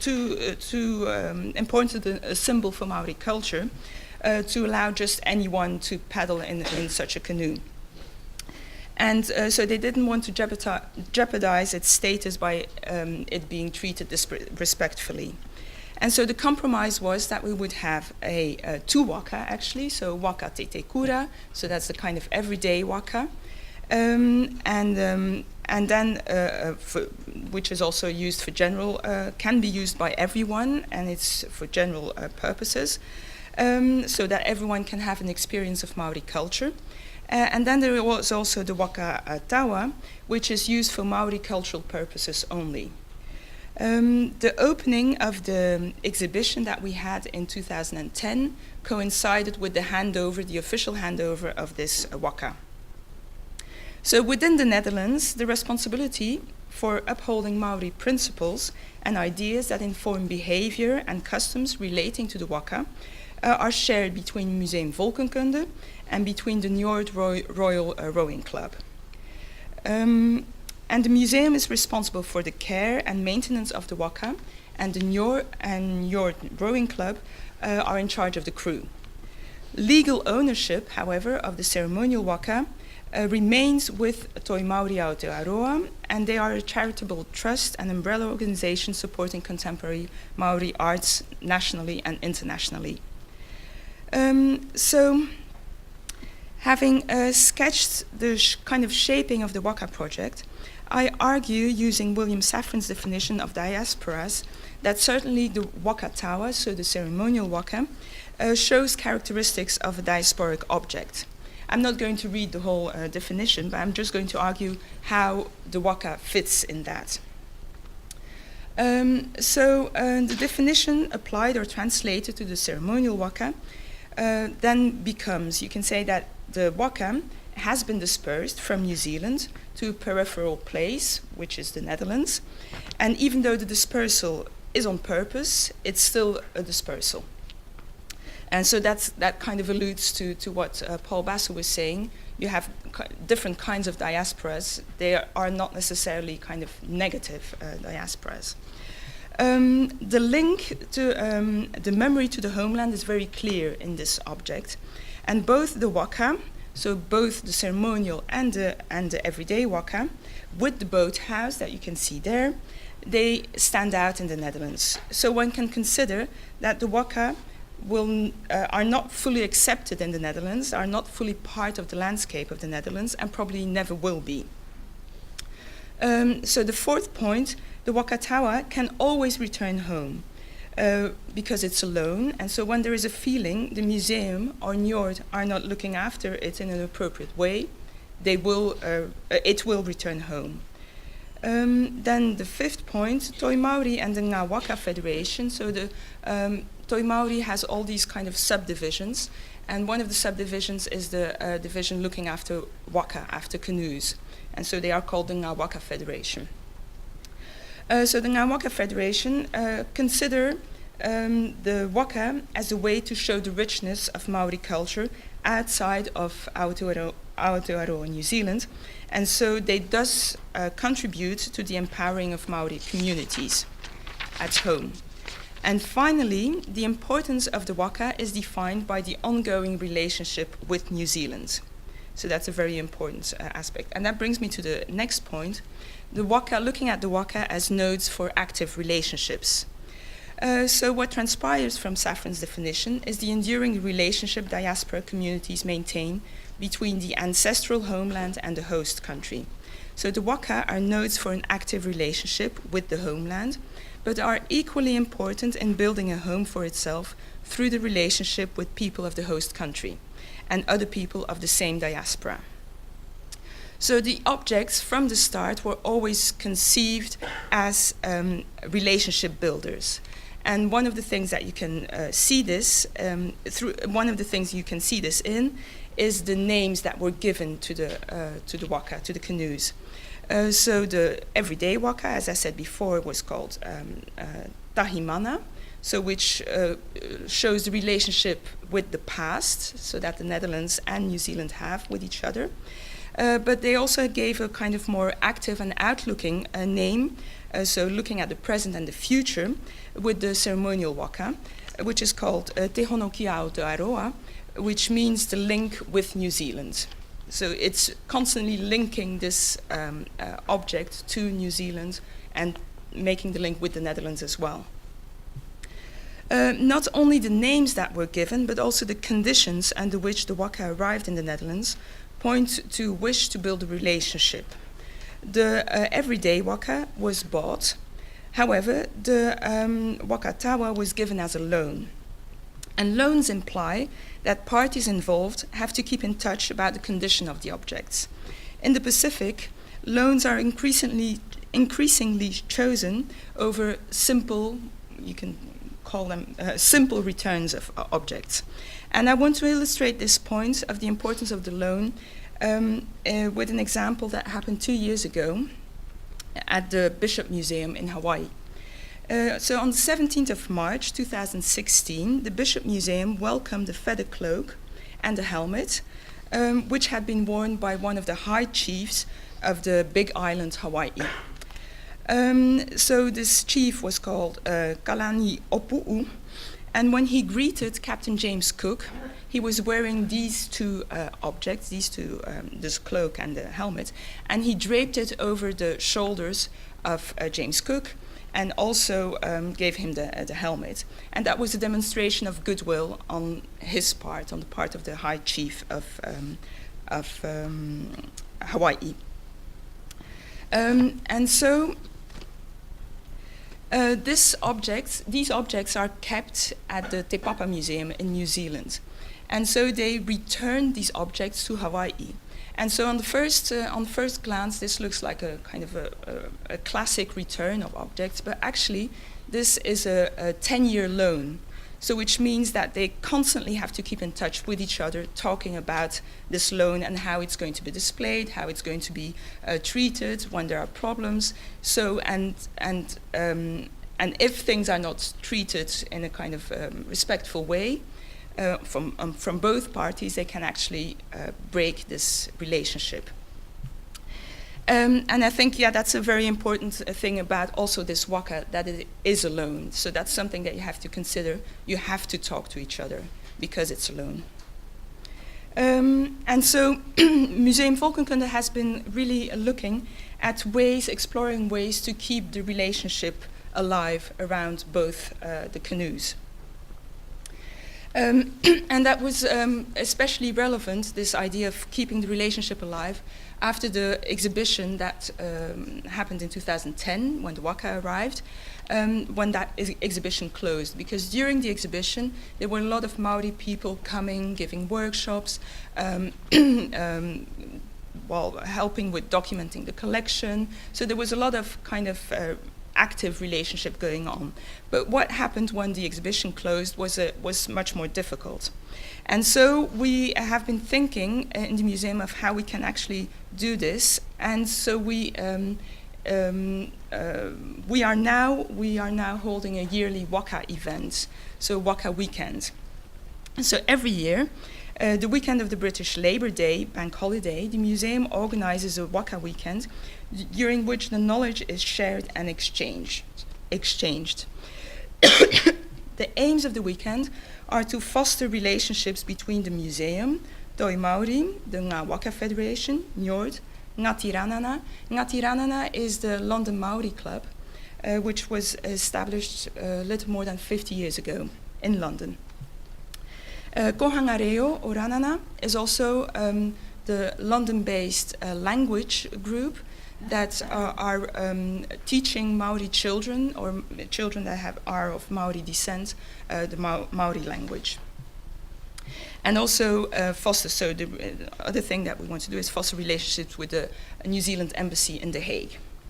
The second thing is also looking after the physical and cultural condition of both the Wakatete and the Wakatawa. And then the third thing that we are aiming for during these weekends as well is create a community around the Waka in Europe. And the parties involved in all this, in every weekend actually, are the museum staff, of course, but also again Toi Maori Aotearoa, Ngā Waka Federation, the Royal Rowing Club, Ngati Ranana, Kohangareo, and the New Zealand Embassy, and volunteers as well. So this is just a few slides to give you an idea of what is actually happening during these weekends. So we have, there's always a big involvement of the London Maori Club, Ngati Ranana, who are giving workshops, are sharing stories, but we also always try to have some involvement of Toi Maori. And every 3 years, there's also a big weekend where Toi Maori is present in greater numbers. So last year, even though it was not a big weekend, we had Maori weavers coming over to teach the museum, but also to teach Njord how they have to and can look after the cloaks that they wear during when they perform in the Waka. So we also had in 2016 the kind of the looking after the physical condition of the Waka and the boathouse. So here the boathouse received a new coat of paint, and so that was really very much a communal activity where everyone who feels a connection to the Waka can participate in. So then relationships are further activated during special occasions, so outside of the Waka Weekend. And so here is just a brief overview of some of the activities that the Waka has participated in. So in 2011, it participated in the City of London Festival. And New Zealand was a feature country during this festival. So people from Toi Maori, from New Zealand, came over, and some Njord members also paddled the Waka on the River Thames. And then in 2012, it was a very busy year for the Waka because it participated in the Queen's Diamond Jubilee pageant. And so there it was, so New Zealand, all the kind of Commonwealth countries were invited to have their vessels on the River Thames. And so New Zealand chose to have the Waka as a representative of New Zealand. So then also, because New Zealand was the feature country again in the Frankfurt Buchmesse, so the book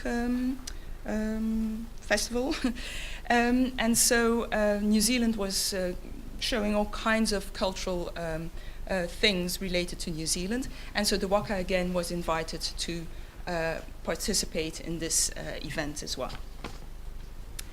In 2013, there was an exhibition by contemporary indigenous artists, which was called Suspended Histories and happened at the Museum van Loon. And one of the artists was Lisa Rehana. And she has a close connection to the Waka through her paternal ancestry. And so she thought it was very important, because she was showing her work in the Netherlands, to also have her kin actually present in the Netherlands through the Waka. Because the Waka Tower, I'm going to talk about that a little bit later, cannot be paddled by women, she chose to have the everyday Waka as a show of her kin being present here. Then the Waka also opened the Rowing World Championships in Rotterdam, 2016. And then very recently, last year, just a few months ago actually, the Waka Tower went to Ypres to commemorate the Battle of Passendale. And the battle is considered New Zealand's worst military disaster. Within 2 hours, 846 New Zealanders were killed. And further 2,000 were wounded. For this very kind of very special event, the New Zealand Embassy in Belgium invited the Waka to come and paddle and participate in this commemoration event. And so 4 paddlers from Njord were allowed to participate in this event, and the other 8 were paddlers from New Zealand, from the Ngā Federation. So then the Everyday Waka also participated in the commemoration of the Abel Tasman year, and that was 375 years of Abel Tasman encountering Maori people. And there that was completely, that was organized by the New Zealand Embassy in the Netherlands, but it was very much Njord that was looking after and doing the ceremonial part of the activities. Also because of the Waka, so the Waka allows for the Njord members to go to New Zealand every year, and that's really to resource themselves and to learn more about the culture and the protocols that are attached to the Waka. And this going to New Zealand, it's always every year on the 6th of February, where they participate in the commemorations around the signing of the Treaty of Waitangi. The Treaty of Waitangi is a very important aspect of Maori culture, but also of New Zealand culture, because the treaty was signed in 1840, and it's still today considered the founding document of the New Zealand nation. It was signed between a representative of the British Crown and more than 100 Maori chiefs, mainly from the North Island. And in that document, they negotiated the kind of relationship the British Crown was going to have to the land, to New Zealand, and Maori chiefs were going to have to the land. And because of differences in the Maori text and in the English text, it's still not clear what the rights exactly are. And so there are still today, there's a Waitangi tribunal where claims are made and are discussed and looked at what Maori people actually can do, what kind of rights they have to the land. So yeah, that's just a sheet, one of the 9 sheets of the Waitangi tribunal, the Waitangi document.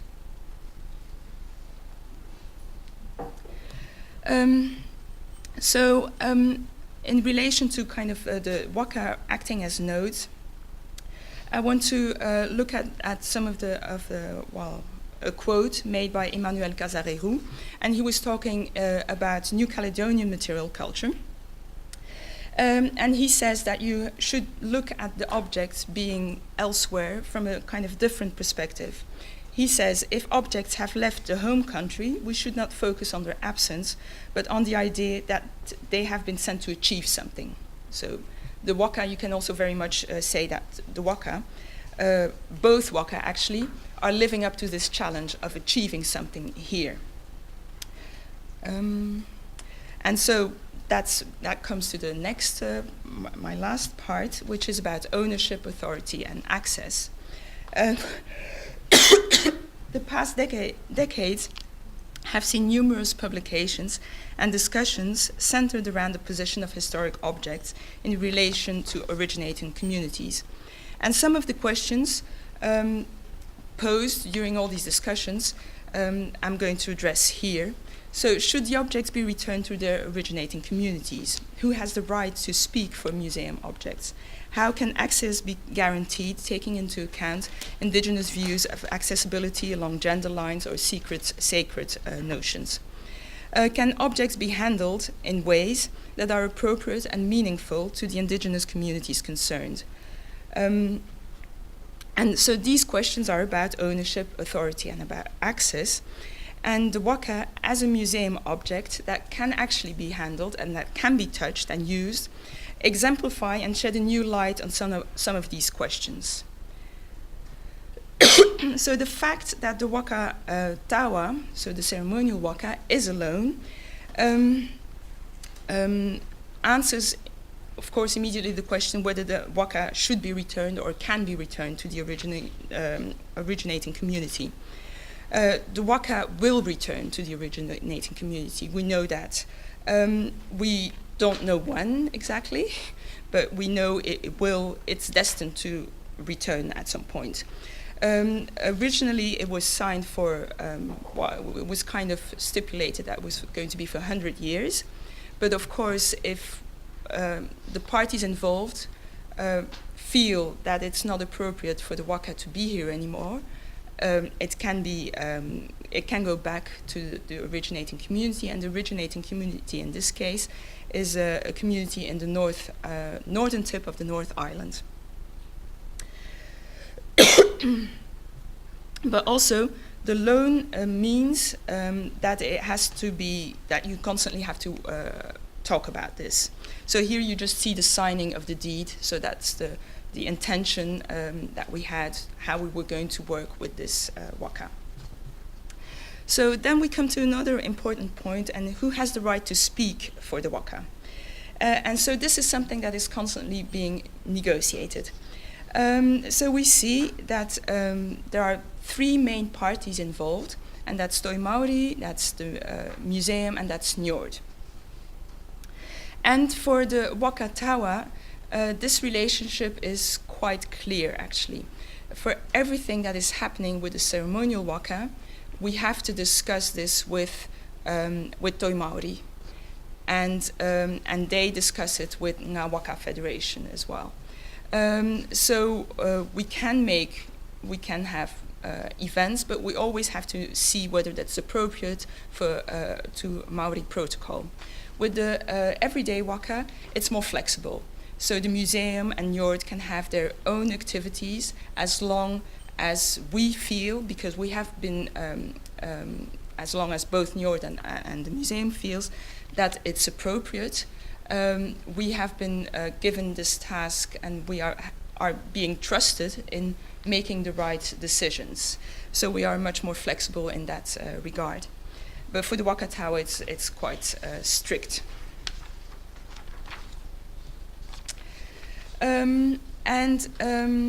So for the third kind of question, how can access be guaranteed, taking into account indigenous views of accessibility along gender lines and or sacred secret notions? And this is also a very tricky one, because the Waka Tower is, Toi Maori have stipulated that the Waka Tower can only be paddled by men, and not by any man, but by men who know all the protocols. So that's very limiting. And the idea of, because a lot of, well, especially here in the Netherlands, has met with quite some resistance, why only men?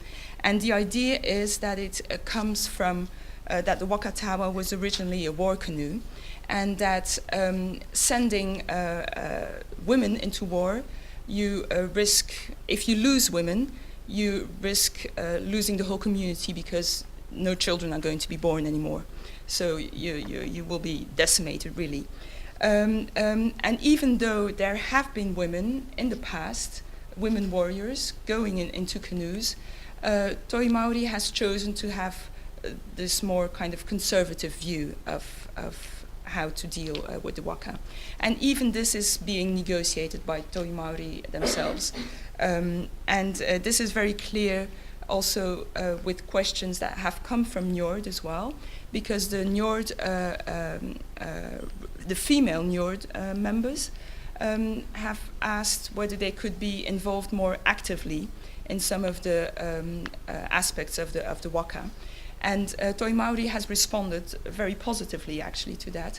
So they are now, when Njord members go to New Zealand, they make sure that there is an all-female Waka crew, so that also women can get more knowledge about how to do the female part of the Waka aspects. And also in Njord, they have tried to kind of balance this out a little bit. So the leader of the ceremonial Waka for Njord is Justus Hamman, who's a man. But for the everyday Waka, it's Myrte Hazes, who's a woman. So she's the leader, and she does all the calls for the Waka Tete, so for the everyday Waka. And so to uphold all the kind of protocols as well, there is one person appointed as well who knows all the karakia, so that's the prayers, who knows the calls, the karanga, who also kind of leads and calls the haka, the appropriate dances, the appropriate poetry that is happening. So he knows all that and is responsible for safeguarding that here in the Netherlands. So to conclude, in an earlier article, a very short article, that was entitled Awakening Sleeping Objects, that was written to accompany an exhibition in Cambridge called Pacifica Styles, I have argued that many contemporary Pacific peoples consider that objects are sleeping if there are no people around to pick them up or to touch them and comfort them. So I would argue that for diasporic objects, such as the Waka, it is the people who activate the objects, making it possible to function as nodes, as focal points for relationships. So the relationship between Njord, the museum, Toi Maori, the Ngā Waka Federation, Ngāti Ranana, the London Maori Club, and the Kohangareo, the language club, are strengthened and rekindled during the yearly Waka weekends. And especially for the London group, the Waka becomes a home away from home. It is an object that, like them, lives in diaspora, but also, like them, plays an important role in displaying and and living the richness of Maori culture abroad. Then a second concept I think is important with respect to the waka is the Tongan concept of langafonua. Langafonua means literally building the land, building the nation, building the country. And I think it's useful in thinking about the way the waka works for Maori people living in the homeland, living in New Zealand. Ping Ann Addo, so I've taken this concept from her book about Tongan bark cloth, so that's bark cloth, but Tongan bark cloth made and used and handled by women living in New Zealand, Tongan women living in New Zealand, so living in the Tongan diaspora, and who have no direct access to Tonga, especially. And so she argues that Tongan women, through their handling of bark cloth, wherever they are, engage in an ongoing exchange that contributes to the augmentation of the nation. So they build the nation from far away, actually. And so transposing this onto the waka, I would say that the waka fosters a great sense of pride for not only for the people who are directly involved, so for the peddlers, for the Ngāwaka Federation, but also for Maori people in general, because it reflects positively on Maori people in New Zealand. The waka gets really honorful mentions in New Zealand radio, television, and in printed media. So hence, through the handling of the waka, Maori people are contributing to the cultural enrichment, to the building of the homeland, Aotearoa, New Zealand. And so you can see that it's really very varied what they the mentions that are given of the waka here in the Netherlands. So this is just a newspaper article that appeared last year. But it also gets mentioned by the Ministry of Culture on their website. So you can see that there is a waka here, and so that's kind of a sense of pride for all Maori people who feel kind of connected to this waka here. There's also publicity made for a documentary that was made about this waka project. There's on Maori television, for example, when the waka participated in the Passchendaele commemorations, it got a special feature on Maori television talking about what this waka was doing here in the Netherlands and in Belgium, and how this kind of instates a sense of pride. I think for the waka works in two different ways. It works very much for kind of for Maori communities here in Europe, but also for Maori communities in New Zealand as well. So thank you very much.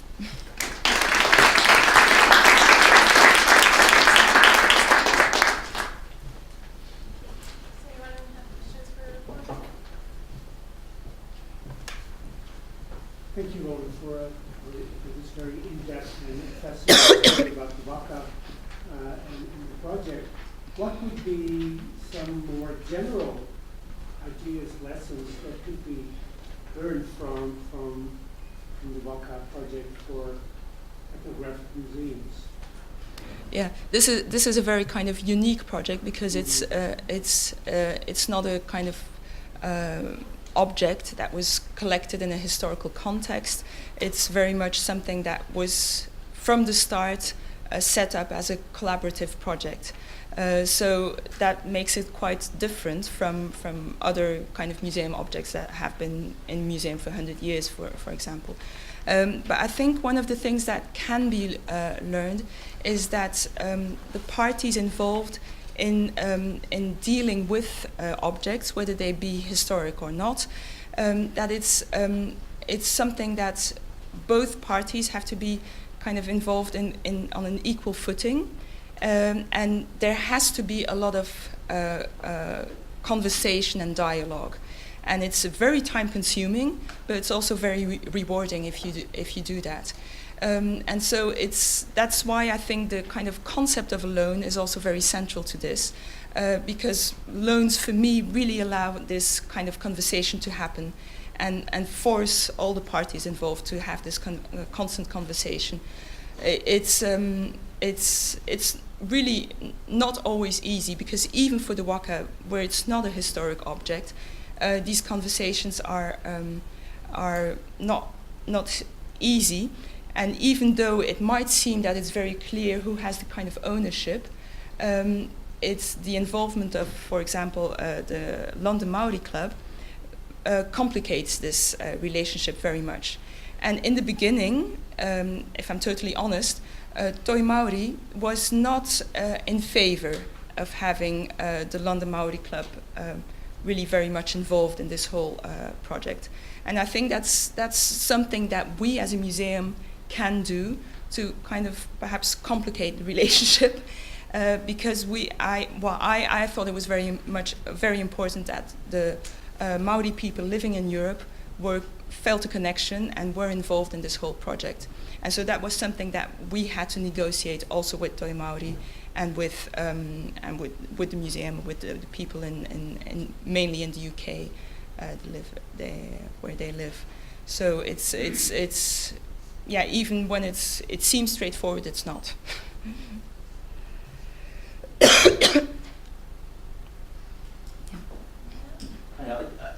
In some senses, the everyday waka is the more interesting one to think through. Yep.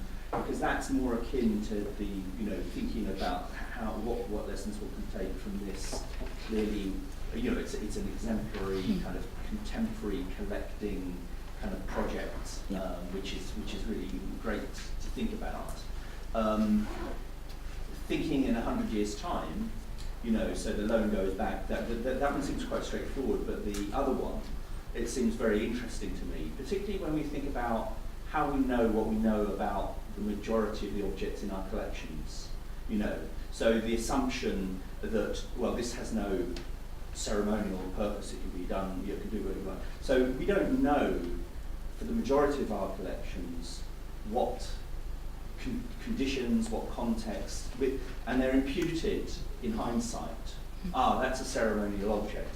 It may be, it may not be, it may have been commissioned in a different way that meant that it didn't get sacralized or turned, and yet because of the rupture of time, they're left in this ambiguous kind of position. So in some senses, to track the histories of these two would be the fascinating thing, because that's when perhaps we'll learn about the message they can tell us about these historic collections. So I don't know if but I think even though we think we know what the relationship is, it's actually constantly evolving, and that's also one of the interesting things that is happening actually with both waka, because even with the ceremonial waka, it's constantly being negotiated what can actually happen with this waka, because some things that for example, it's participating in the Diamond Jubilee. It was not necessarily meant to do that kind of thing. So it's constantly being kind of rethought what is actually, what it means to have a ceremonial waka and what it allows the museum to do, but also Maori communities to do. And also who can be involved, because actually what I didn't say is that for the for the Queen's Diamond Jubilee, initially Toi Maori was very much against having the London Maori Club participate in this, but through the participation of the Waka Tawa, of the ceremonial waka and the Queen's Diamond Jubilee, actually Toi Maori kind of rethought their view on this. And a number of Ngati Ranana people were involved in paddling the waka. So something that was initially seen as that's absolutely not possible kind of was rethought of in, perhaps it is necessary to rethink this relationship. And also with the Waka Tete Kura, that's there the kind of the negotiation has a faster pace, I would say, because you cannot do anything with it still, even because, for example, you cannot have alcohol on the everyday waka, so there are still some restrictions, and it has to be treated in a respectful way, respectful of Maori protocol as well. But there, because it's a little bit more flexible, it's also the pace at which changes happen is much faster.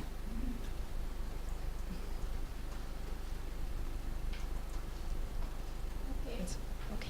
Thank you.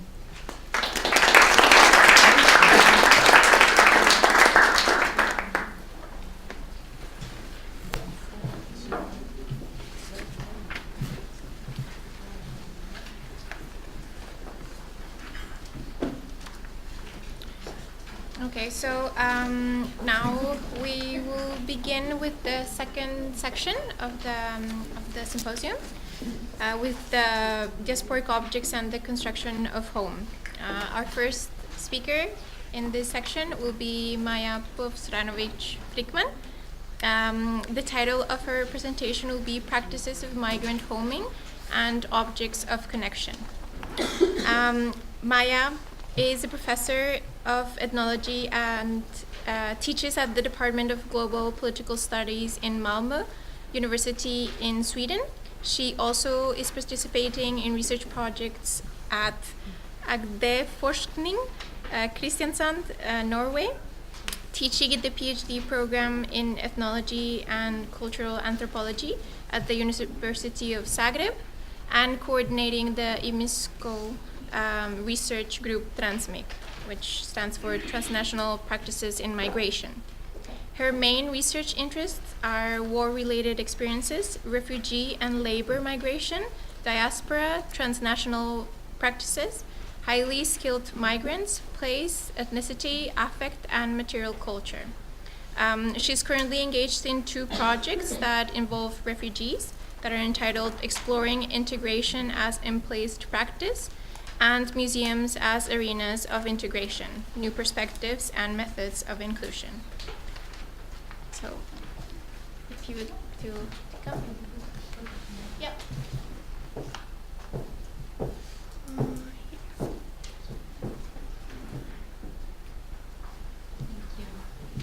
Thank you for the introduction, and thank you for the invitation. I'm glad to see people I haven't met before, and among them some people I quoted in my work but haven't met before, so I'm really glad to be here.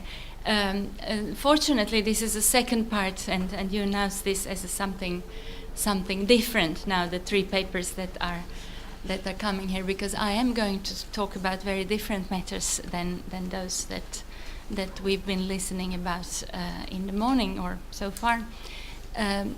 What you mentioned, this project on museums as arenas of potential inclusion of refugees, the project that I'm involved in, it's actually lasting till the end of August this year. What I didn't mention in my written information that was sent a couple of months ago is the most recent published chapter of mine, which was published in a book that came out only in December last year. It's called Museums in the Times of Migration and Mobility. And my chapter is devoted to the notions of ethnicity, identity, culture, and diversity as the notions that are very often related to representation of migrants. I'm not a museum worker. I have never worked professionally in any way with museums, but being an ethnologist and of course being a part of this dialogue on migration, and what I, as a migration scholar, ethnologist who is ethnographically working with migrants and topics that are related to migration, can see and maybe contribute. I think it's also probably relevant to you. So if we have a minute later on, I can just go online so to show you this book, because it's brand new. And in this article, I'm not trying to tell the museum people what to do, because I can't do that. But I hope that but I hope that as a researcher of migration, who is like free not to think about how then to do this difficult work of representing, right? See things that I am having some 20 years of having lived in Sweden, coming from Croatia, where I originally got my education, and my first 15 years of professional work as a researcher. things that I see do not fit the lived migrant realities. Things that I see are not misrepresented, but what is and tends to be represented in museums, but also in any kind of different kind of texts on migrants, is just one aspect of who they are and definitely what they do. So I also, coming from Croatia with different scholarships, etc., I came to Croatia following the refugees, following the migrants, and I thought I was doing research on Croatian diaspora in Sweden. I mean, soon thereafter, I could see that this makes sense only if we talk in statistical terms, like people count it as something. I mean, only on that level. Because what I could see was people who would say that, yeah, we are affiliated to the same ethnicity. But beyond that, it was internal perceptions of differences. That I mean, I could give several lectures on this. Obviously, I'm not going to do it, okay? What I could see was conflict. What I could see was the struggle within all these different ethnic associations, which just in the town of Malmö, which by then was just over 300,000 people, there were 6 Croatian organizations. And then if you know anything about former Yugoslavia, it's all these other post-Yugoslav nations with their 6, 8, and so on. I mean, just to ask a question, oh, why is that? If they're all a community. Now to the English speakers, native English speakers in this room, being someone who is not a native speaker and who has this critical kind of stance towards any kind of groupings. Of course, groups exist and they are very important to people in different contexts, in different ways, but talking in an uncritical manner about communities, which we see in professional literature in English language. I mean, I'm telling my students, whenever you want to say community, please explain, at least in 5 sentences, what exactly are you talking about? Okay, so this is where I come from. I'm a scholar of migration who has, unfortunately, I don't know, never worked in a museum. But I'm here to point to some things that I find important. I came a long way from seeing myself or presenting myself as a researcher of diaspora or diasporic communities to someone who sees that actually what is extremely interesting is not these presupposed spaces in between or not belonging or neither here or there, but actually what I see among the people, mostly people who are living in Sweden who came from different post-Yugoslav or Yugoslavia or post-Yugoslav countries, depending on if they were labor migrants or if they were refugees, the ways that they connect different homes, the ways that they create their homes in Sweden, in connection, and definitely with some kind of materialities that are belonging both here and there. So this is what I see, this is what I think is important also to talk about here. I just want to make a note that streaming is, I'm very happy with streaming, and if people are watching this, I'm grateful that they're interested, but a much longer or more extensive version of what I'm going to talk about today has already been presented as a keynote speech in March last year in Göttingen at the CEF conference, it's European Ethnologists Conference. And at the next Ethnologists Conference in Santiago de Compostela in April 19, there will also be a publication. So this piece in its full extent will be published. So I just wanted to make a note about that. Okay? So here we go. Yeah. I'll let you think about these keys for a moment, but I'm going to read my introduction here, saying that both anthropologists and ethnologists engaged in studies of material culture have offered a respectable body of work concerning objectification, consumption, identity, and social memory. In the currently developing interdisciplinary interest in material culture, the focus on materiality has been increasingly recognized as fruitful, also when it comes to research on migrants and their transnational practices. Migrants carry, send, and receive things across state borders coffee makers and teapots, candy, spices, used and new clothes, medicine, books, technical devices, and a myriad of other items of emotional but also of practical value. Homemade food is smuggled in overloaded suitcases. Old shoes are repaired back home. Pieces of furniture are traveling between the here of residence and the there of origin. The use of things from one place in another indicates functioning transnational connections, but also constitutes the material aspects of transnational dwelling. Again, not being a native speaker of English, I'm for today using homing and dwelling as interchangeable terms. I'm not sure if that is insensitive, but I'm talking about dwelling here in that sense. If dwelling is about being settled in an environment that accepts us and that we ourselves can accept, not only meanings and feelings are at stake, but also the subjectivity and how it connects to the physicality of dwelling or the materiality of dwelling. I therefore, in my work, suggest that attention is paid to objects that we use without noticing them. I will illustrate this by an autobiographical vignette. These are my keys.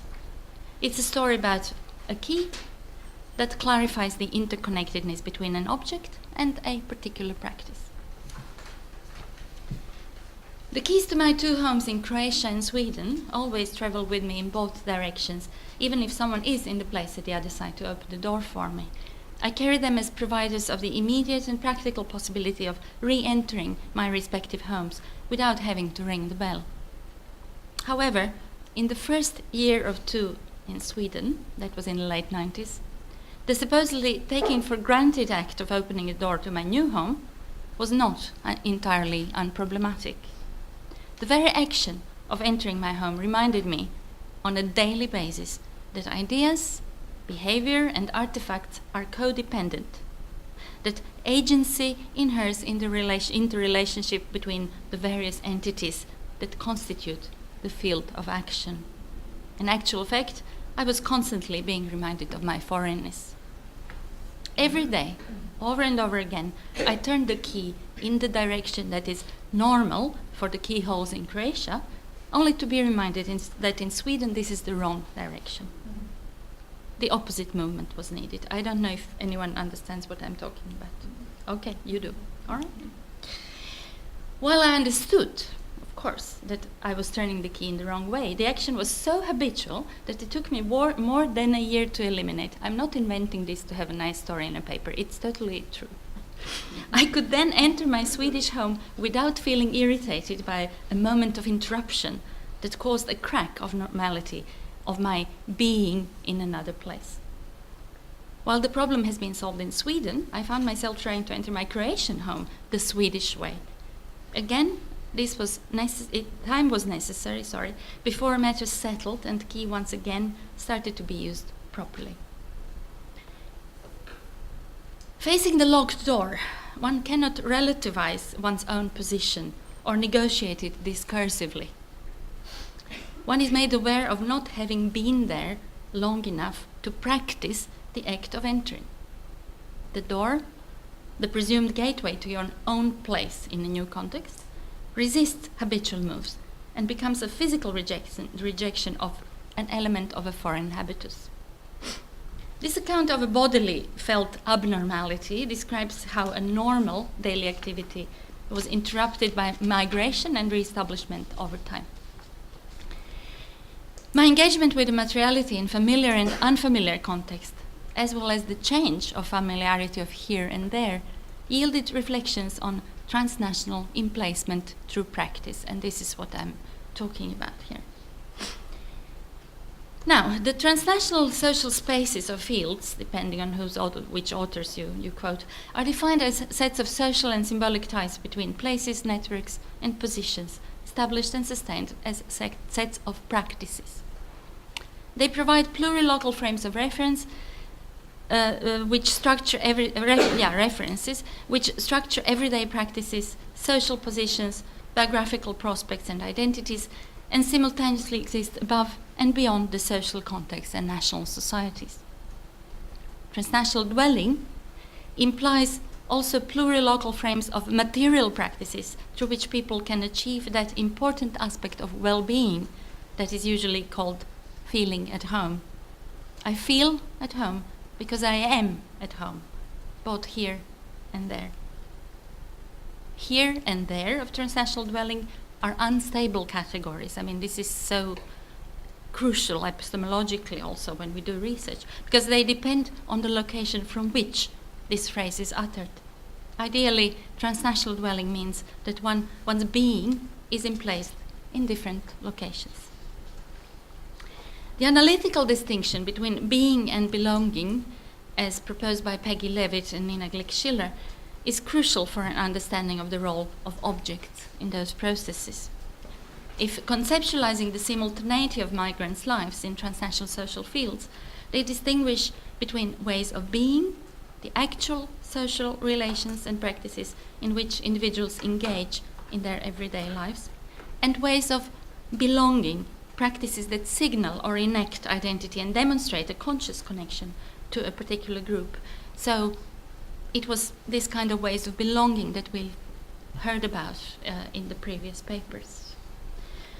While belonging combines action and an awareness of the kind of identity that action signifies, being in a social field does not necessarily mean that people identify with the labels, cultural politics, and representations associated with that field. Doing research on so-called diasporic communities, which in practice means organized people in associations,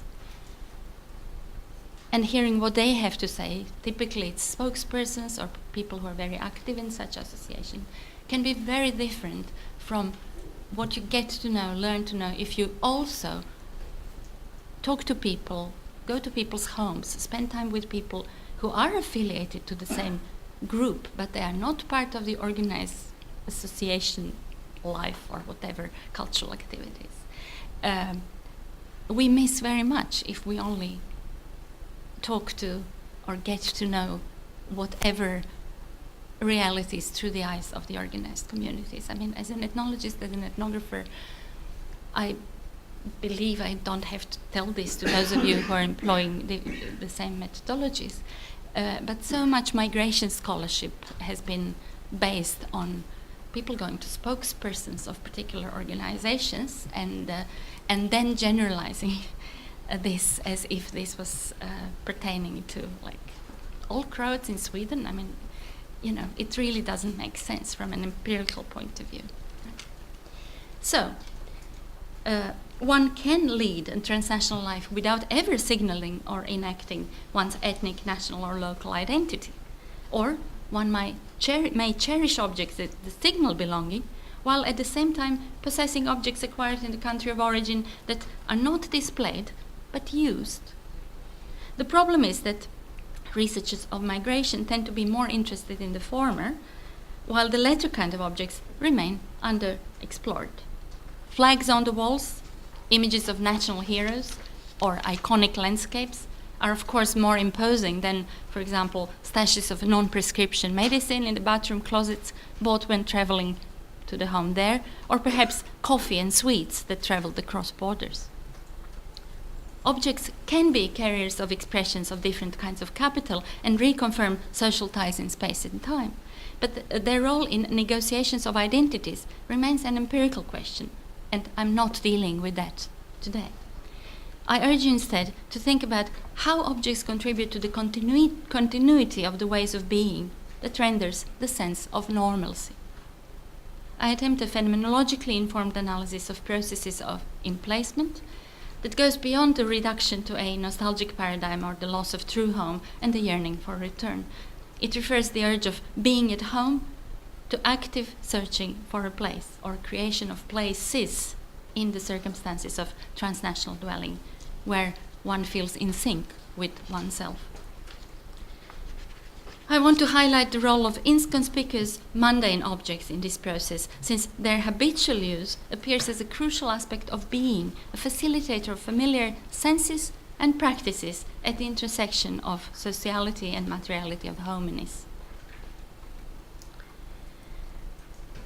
The examples I am sharing with you today stem from some 50 narrative interviews, ethnographic observations, and visual material obtained among labor, refugees, student, and family migrants in Sweden, who came from a number of different countries, and among returnees and non-migrants relatives in Croatia and Bosnia and Herzegovina. The starting empirical question was simple. Which objects are brought or sent from and to the migrants' homeland, and why? Any kind of things, products, food that people carry, send, receive, and use across national borders may appear as objects of connection between migrants, those who stayed behind, and places located in different countries. Let me quote a young woman who moved to Iran, from Iran to Sweden to study, but met a Swedish man to whom she is now engaged to be married. She visits Iran twice a year, but feels that she can go there whenever she wants, and claims that this calms her down with regard to the decision about continuing her life in Sweden. She said that the visits to Iran always involve a lot of luggage, and I quote, "I take and bring too many objects. I don't bring specific objects, I just bring things, from spices and glass, meaning glassware, to tablecloths, towels, sheets, etc. They're not necessary at all. Last time I went to Iran, I brought our engagement rings from there. I bought a hairdryer, which is Remington, not Iranian, a perfume, Saint Laurent, tablecloths, earrings, biscuits, tea, Venus Gillette, postcards, hair coloring, nail polish, and my sister's perfume that she no longer wanted." All objects that you will see in my slides, very similar to this random mix described in the quote, have been transported across state borders, both by migrants and by their non-migrant counterparts. They were found in Swedish homes of people coming from Switzerland, Czech Republic, Bosnia, Gambia, Brazil, and the UK, in a home of a Swedish returnee from Germany, and in the homes in Croatia belonging to the parents of migrants, etc., etc. Okay? The photos here illustrate which types of objects dominate my material. Only the means of transportation and the related rules concerning the luggage weight and volume set the limits to the kinds of and quantities of things people say are not at all necessary, but continue bringing along. The reasons for bringing them across the borders are, of course, manifold. Heaps of old and new clothes and shoes crisscross the borders as personal items or as presents. Also, other kinds of objects embody personal relations and presence in other locations.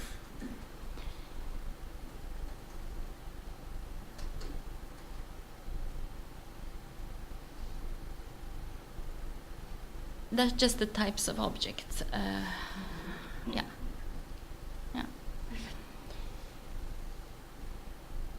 Things can be recycled, used in one place after they've been used in another. They are sometimes replicated, so that some kind of object is readily available at both ends for personal use or at the occasion of visits by friends and relatives.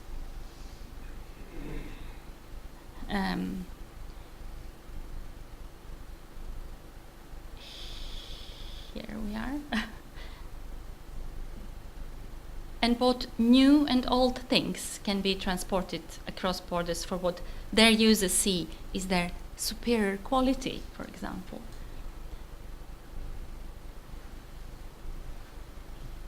Superior quality, definitely presented like that. Or because they are seen as indispensable. And here we are talking about food and drinks and sweets, and definitely very much food.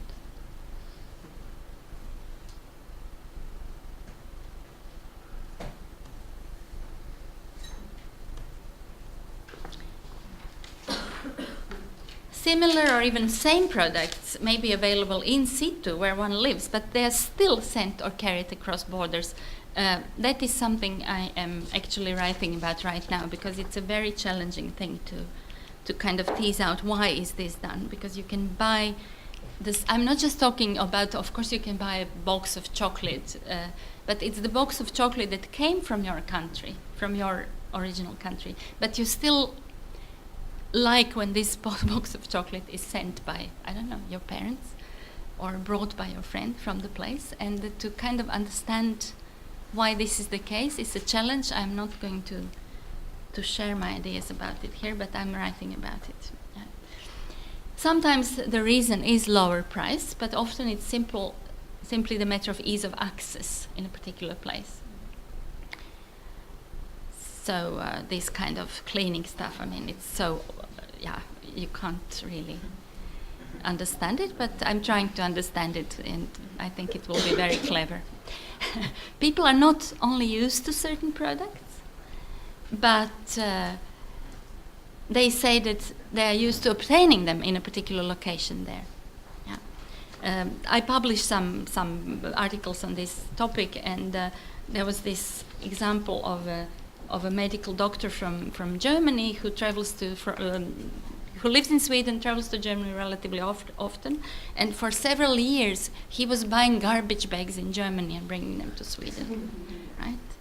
Simply because it's this ease of being here and there, and he knew in this particular local shop that he was used to where they were, and he was traveling by car, so all the facilities were there when it comes to infrastructure and transportation, so he was doing this, right? Or the example of people bringing shoes for repair in their original shoemakers. Also a very interesting thing that people are laughing at themselves when telling about it, but they still keep doing it. And I think it's really telling us something about transnational practices and who they are. Okay?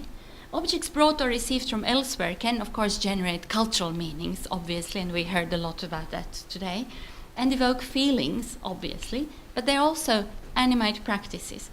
It's the role of practical uses of objects from elsewhere in transnational dwelling that I'm discussing today. And here are such examples that are obvious, don't have to be commented, what kind of practices they are involving. When an object is so much in use that daily life without it has become inconceivable, or it's not even longer noticed, it doesn't make sense as a sign, but rather as part and parcel of a person's subjectivity. This is, for example, illustrated by Katie Walsh, who describes how a simple plastic bowl received from her mother has a taken for granted presence in a British expat's home in Dubai. Ian Woodward said, even the most emptied out, banal objects of domestic material culture have a role to play in constituting the sense of normalcy.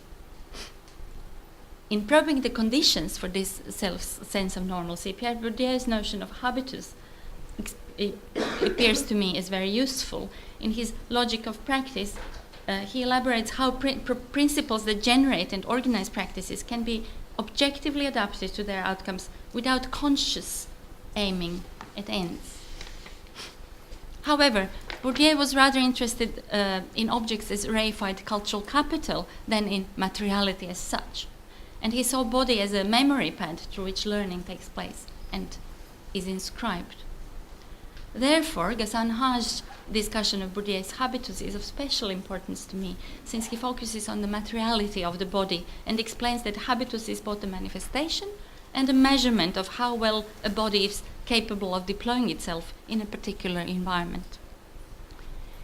While habitus generally refers to the internalization and sedimentation of experience on one hand, and the production of a generative capacity and the externalization of this capacity on the other, the related notion of hexis denotes a fusion between having, possessing an object, and being capable of an activity that lends a sense of normalcy. Hexis is a habitual and ongoing having, whereby what is outside of me becomes an inseparable and durable part of me. It becomes me. There is a movement and a fusion between what I have and what I am. Furthermore, Bourdieu does not posit that everything people do or say is aimed at maximizing their social profit, but that it's aiming as perpetuating and augmenting their social being. his empirical existential analysis is directed towards the production and circulation of culturally specific ways of perceiving being, that is, whatever is contextually sensed as good, fulfilling, satisfying, and viable life. Thus, this analytical approach allows for investigating also how objects and material practices help migrants to feel that their transnational being is good, viable, and satisfying. In Ghassan Haj's words,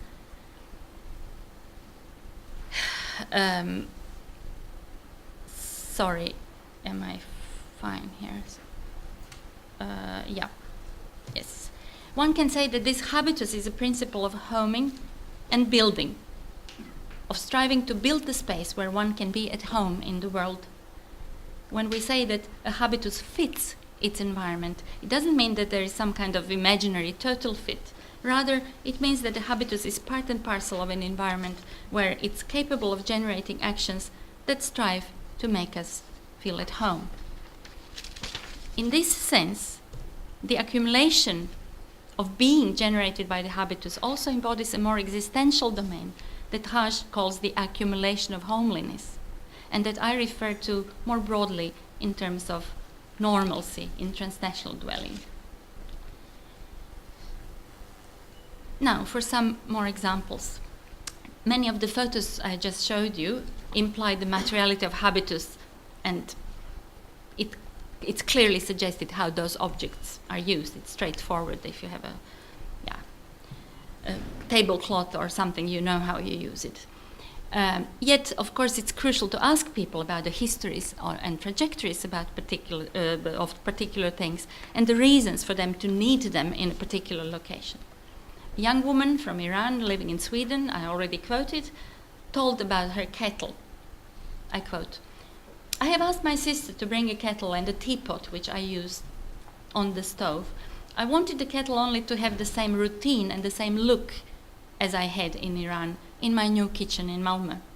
The reason we still use this way of making tea is due to the high price of electricity in Iran, so we prefer to use gas, and their stoves work with gas. Therefore, the usage of this kettle on the electric stove in Sweden is not logical, and it takes longer time, higher costs, and more energy."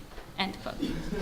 So the material practice this woman was socialized into her native surroundings implies the use of this particular kind of object. She wants to have the same routine, as she said, in Sweden. The presence of this particular type of kettle not only evokes but materializes, makes tangible the continuity between two kitchens in two countries. The possibility of keeping up a habitual practice, which requires that the materiality at hand does not resist them, as in the example of my key, is crucial to the experience of emplacement. Albeit a small scale, and in a partial manner, such practices alleviate the sense of fragmentation and discontinuity in transnational dwelling. For the same reason, ordinary things travel not only from but also back to the places of origin. So these are some, especially cookers, coffee makers, electronic water heaters, knives, cheese slicers, and a number of other kitchen devices from Sweden have been placed in the households in the countries of origin. Note that these are the objects of daily use and that their practical aspects are clearly of primary importance.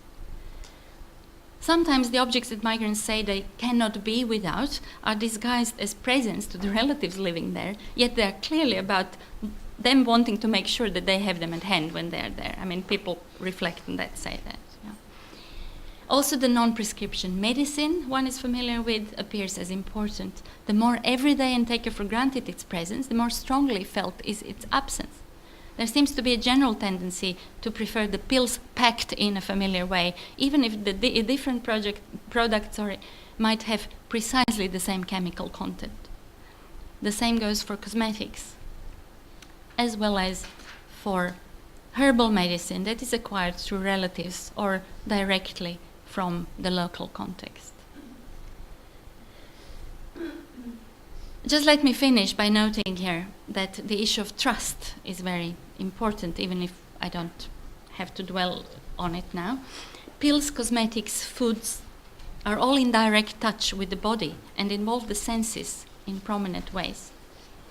Their special sensitivity stems from their affective qualities, and those are hard to negotiate consciously. That is probably why even a trivial item such as shampoo, like this, that is easily available both here and there, is often stubbornly carried across borders. Transporting a particular brand of coffee or tea is also very common, and food parcels containing myriads of industrial and homemade edibles are probably the most mobile objects of transnational dwelling that at the same time enable a particular kind of culturally imbued sociality. As for the food, the fact that it's perishable as it's consumed does not contradict my argument about material layers of transnational lives. On the contrary, it can be seen as the utmost proof of the ways of being unhindered by distance. If the migrant is able to enjoy the preferred tastes and smells without much worry about being able to acquire them soon again, it's the practice of eating specific food that ensures continuity, not the stable or the perishable materiality of a food item. I think I end here because I think I made my point, and I hope to be able to say some more if you have questions. Thank you very much.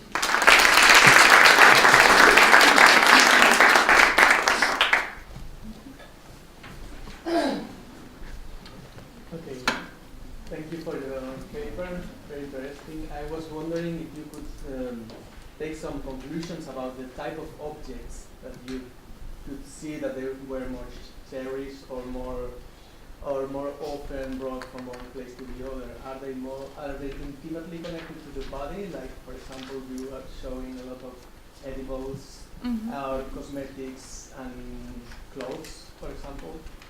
And other objects less connected to the body and less prominent, I don't know. Yeah, as I hope you heard, I know this is just an oral presentation and so on, but I'm trying as a scholar of migration living and working in Sweden, with its particular history of migration research being geared towards solving the problems of integration. Okay, it's a very different context than UK, or I mean, it's a very different context. Okay, so I'm trying to do my little best to detach my work from the ideas of bounded groups, communities. So I did on purpose research with different types of migrants and migrants from different countries in order to tease out what is it that they have in common. So one of the most interesting, and of course it's very much informed by myself being a migrant, it's very much informed by my interest in highly skilled migrants that has another kind of research questions, but I see things, I mean, that are coming out clearly if you do not look at migrants as those having integration problems, if you don't look at migrants as those who want to represent their identity that should be lost in the new, if you kind of think in different ways and say, okay, what is it that these people do? You know, Bosnian refugees 20 years later, buying houses in a country that actually is not their country, but where they used to spend summer holidays before. I mean, this with having different homes and different houses and how this develops and how they are becoming transnational in the sense of like, okay, having some aspects of their identifications that are very important to them, but then going on and being different. I mean, the scholarship of, diaspora communities can't not show that things are changing, not only in the homeland, but for people, and so on.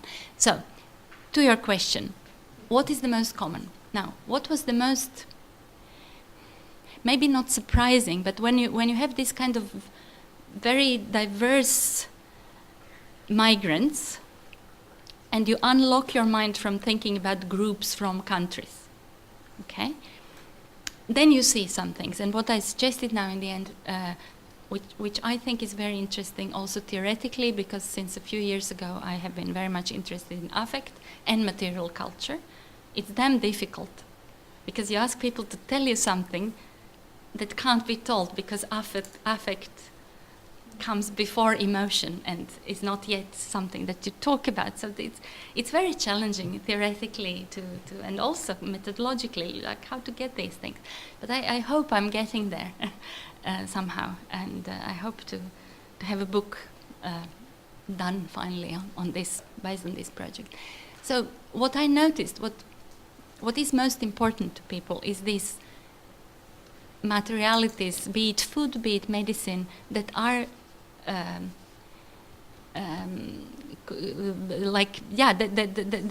the interface with body, or that you do consume, that you rub in your body, that you know, and that is also then mirrored, or the counterpart thing that I didn't talk about today is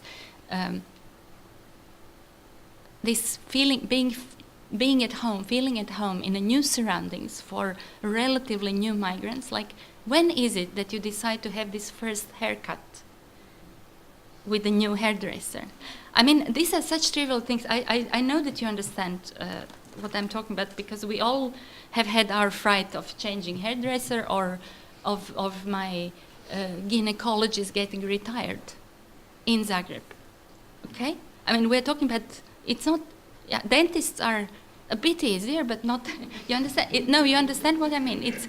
And this is also what I didn't say yet, but I'm saying this is also, as a migration scholar, I think there is a grand potential to show, to unlock our seeing migrants as different, because we all migrants or not understand what I'm talking about here. There is a commonality of this experience, which is not specific to migrants, but to people who live and things change around them. And also there is a strong potential of showing how internal migrants, like migrants who are not ethnically different, but just change towns, or maybe even just neighborhoods. This is stretching it a bit now, but still with the notion of migrant. But internal migrants, international migrants, have so much more in common than we are taught to believe when we, in the end of the day, come to a museum and say, you know, the groups, and these are their characteristics. Fine, worthwhile in some context, but there is, when it comes to all the right-wing kind of ideas that are more and more dominant in Europe and elsewhere about how migrants are different and how their presence is disruptive or dangerous. I mean, this is very important. Again, it's a very small contribution that I think we can get. But yes, bodily, kind of close to the body on the one hand, but then again there is this phenomenological kind of thing that I approach, that I'm trying to work with. It's also objects of daily use, these cheese slicers and so on, that people get used to because of having been I've never used a cheese slicer before moving to Sweden. I've never seen one. But no, I can't live without it. And so it's funny, I'm not talking just about myself, but it's funny how there are some Swedish objects that people get used to. And in a second part of my paper that will be published, it's these moments of how migrants are recognized at home for being different, because they have different habits, they have different material practices.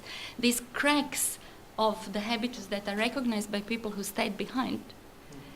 It's extremely interesting.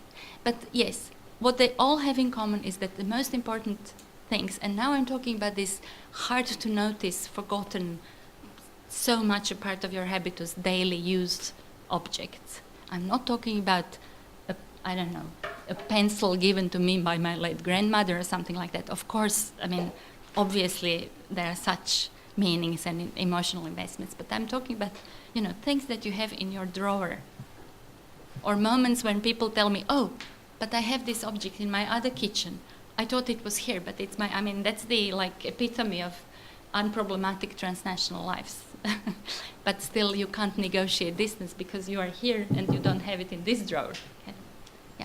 Yeah. Is there a difference between what Mr. Basu was speaking about, like forced migration or voluntary migration in the relationship to these objects?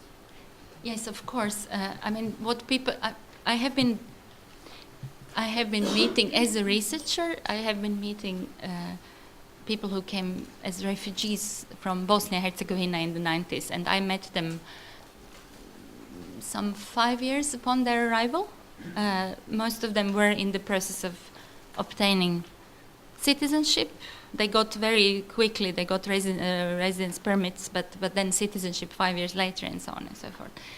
And the moment these people, and now I'm generalizing, of course, but that's a trend. They got citizenship, they sold their property in the war-torn Bosnia or post-war Bosnia and bought summer houses in Croatia, even if some of them were expelled by the ethnic Croats in their but it doesn't matter really, because it's not about ethnic framings. It's about experiences or aspects of experience or habits that people want to recreate if they can. Okay, of course, what people told me about their coming to, and I didn't. Maybe it was mentioned. You said war experiences are my interest, but I spent many years in Croatia as a Croatian scholar at that time. Writing about civilians' experiences in war, and so I come from, so my knowledge on refugees is kind of founded in that kind of research. So of course, if you're a refugee who had to leave abruptly, and whose everyday materialities of the unproblematic kind that I was suggesting here were totally disrupted, and they didn't have any choice. Obviously, they couldn't care less for cheese slicers. I mean, that's so obvious. But what they did miss is, of course, the photo albums. And then, of course, the photo albums, we know about photo albums and emotional value, and then family history represented, or if you like, materialized in a way. But then again, what was very interesting and makes kind of a contribution to me believing that what I do makes sense, and it might be important in a bigger picture of what we know and what we want to know about migrants, is, okay, just an anecdote. Someone I'm kind of following for many years, who came as a refugee, who told me about actually the most traumatic experience for her in Sweden was when she was together with hundreds of other people in some collection center, or I don't know, where they were first housed. And when a good willing NGO, like a volunteer or Red Cross person, was teaching them how to put on a washing machine or how to dispose of the garbage. I mean, these were middle-class people, urban people from Bosnia, but they had their agenda, in these centers. They showed them, how to pull the water in the toilet and so on. So she says, then later, when due to very happy circumstances, some cousin was bringing one of the family albums. So this same woman could show this. They couldn't speak, she didn't speak English, she couldn't speak Swedish by then, but she was then showing this person the album, and actually it was this kind of things that she was showing.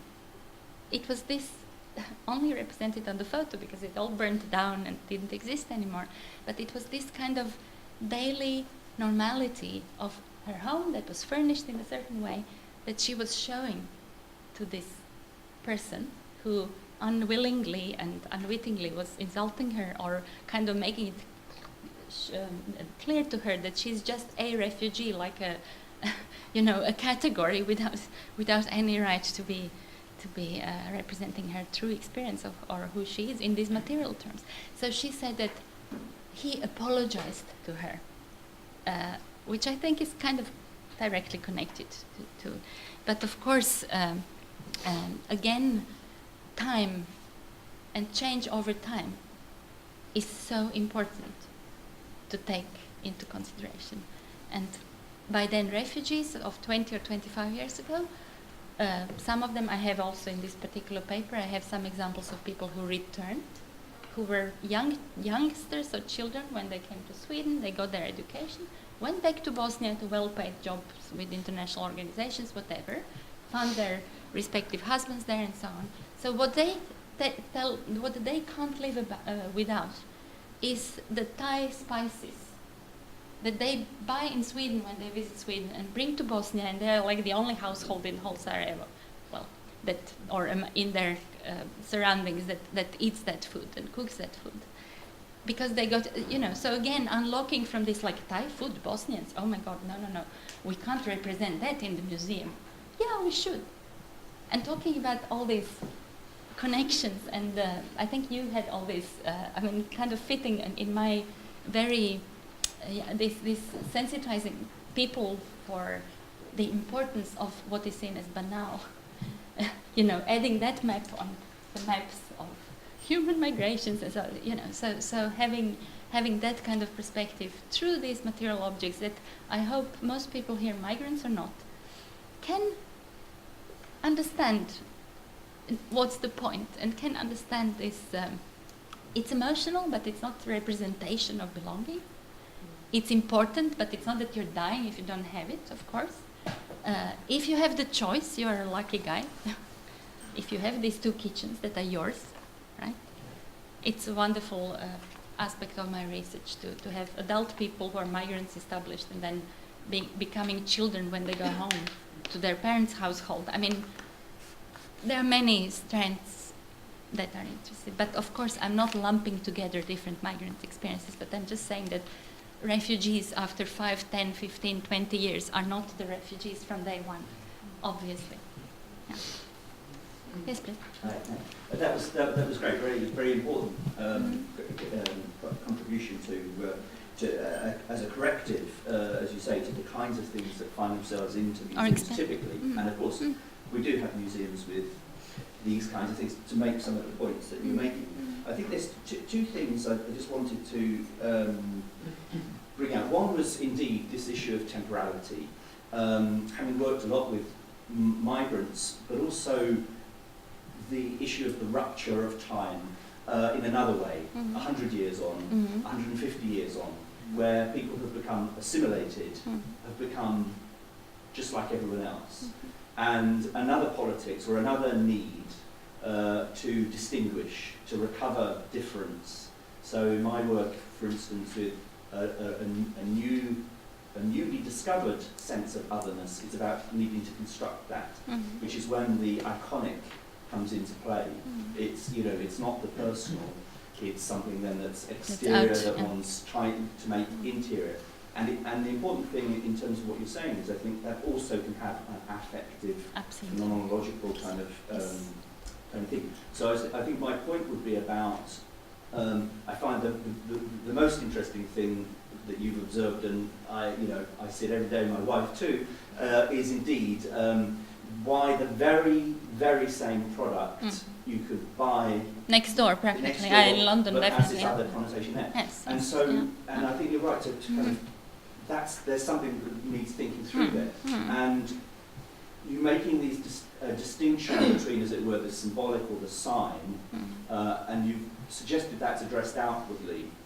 And that's my question really, because these can also be addressed inwardly, consumed. It's connecting some of what you talk about to the work of, say, Danny Miller. And this being and belonging, that who's the performance for?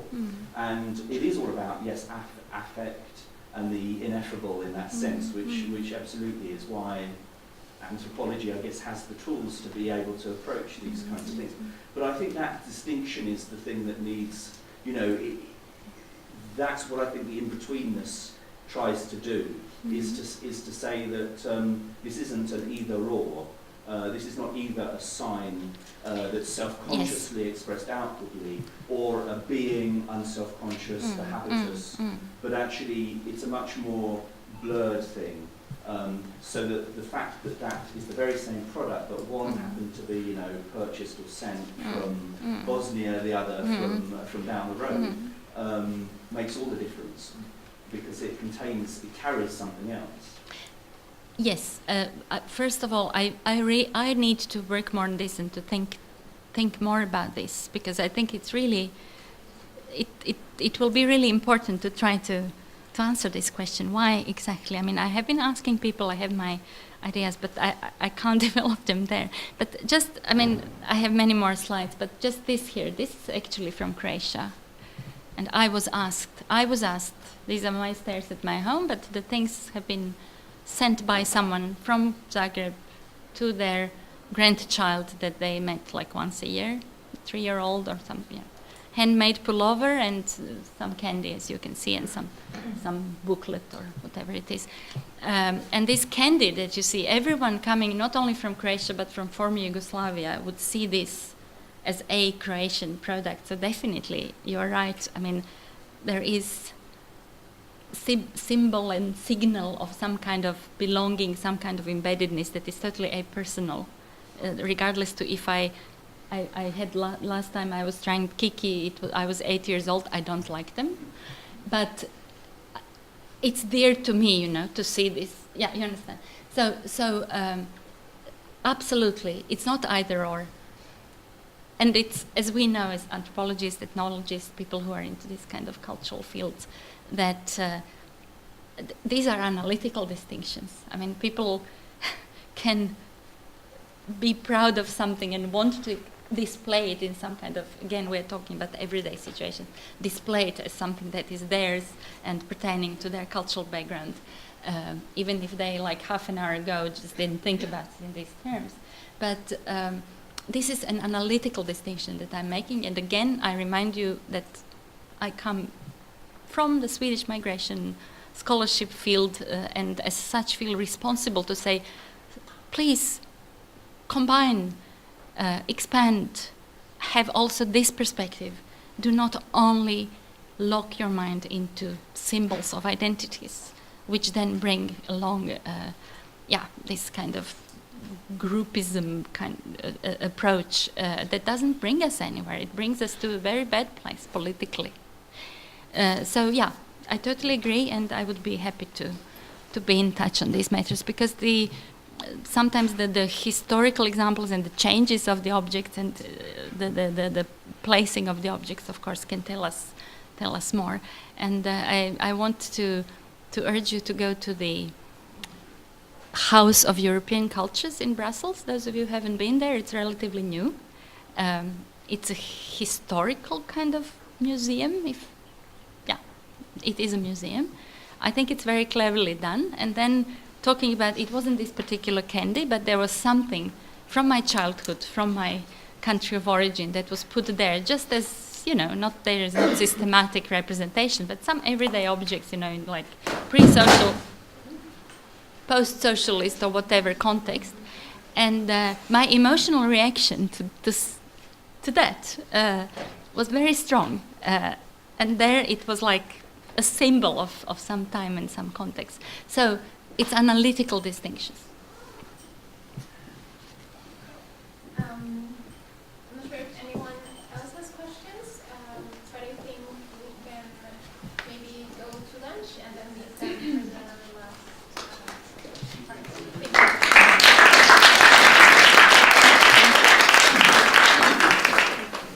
So I think we'll meet back here at 10? Yeah, 2 o'clock. So.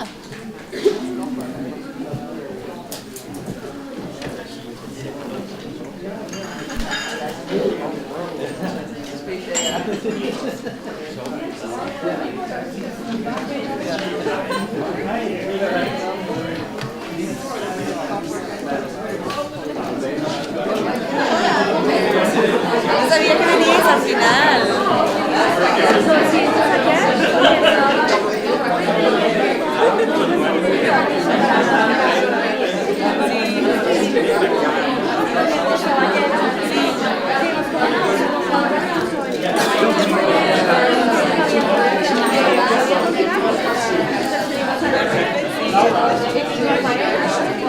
Sí, Rafaela. ¿O se vayan para Brasil?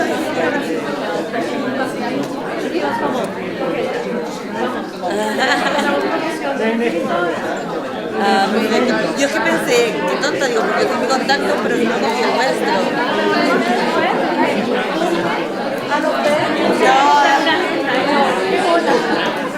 Contacto, por favor.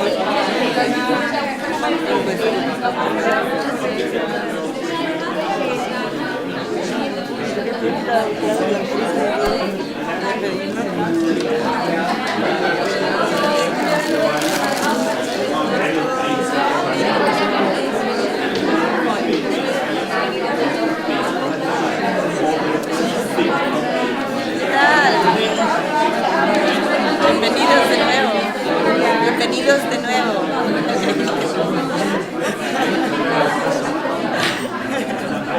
¿Cuánto tiempo os quedáis?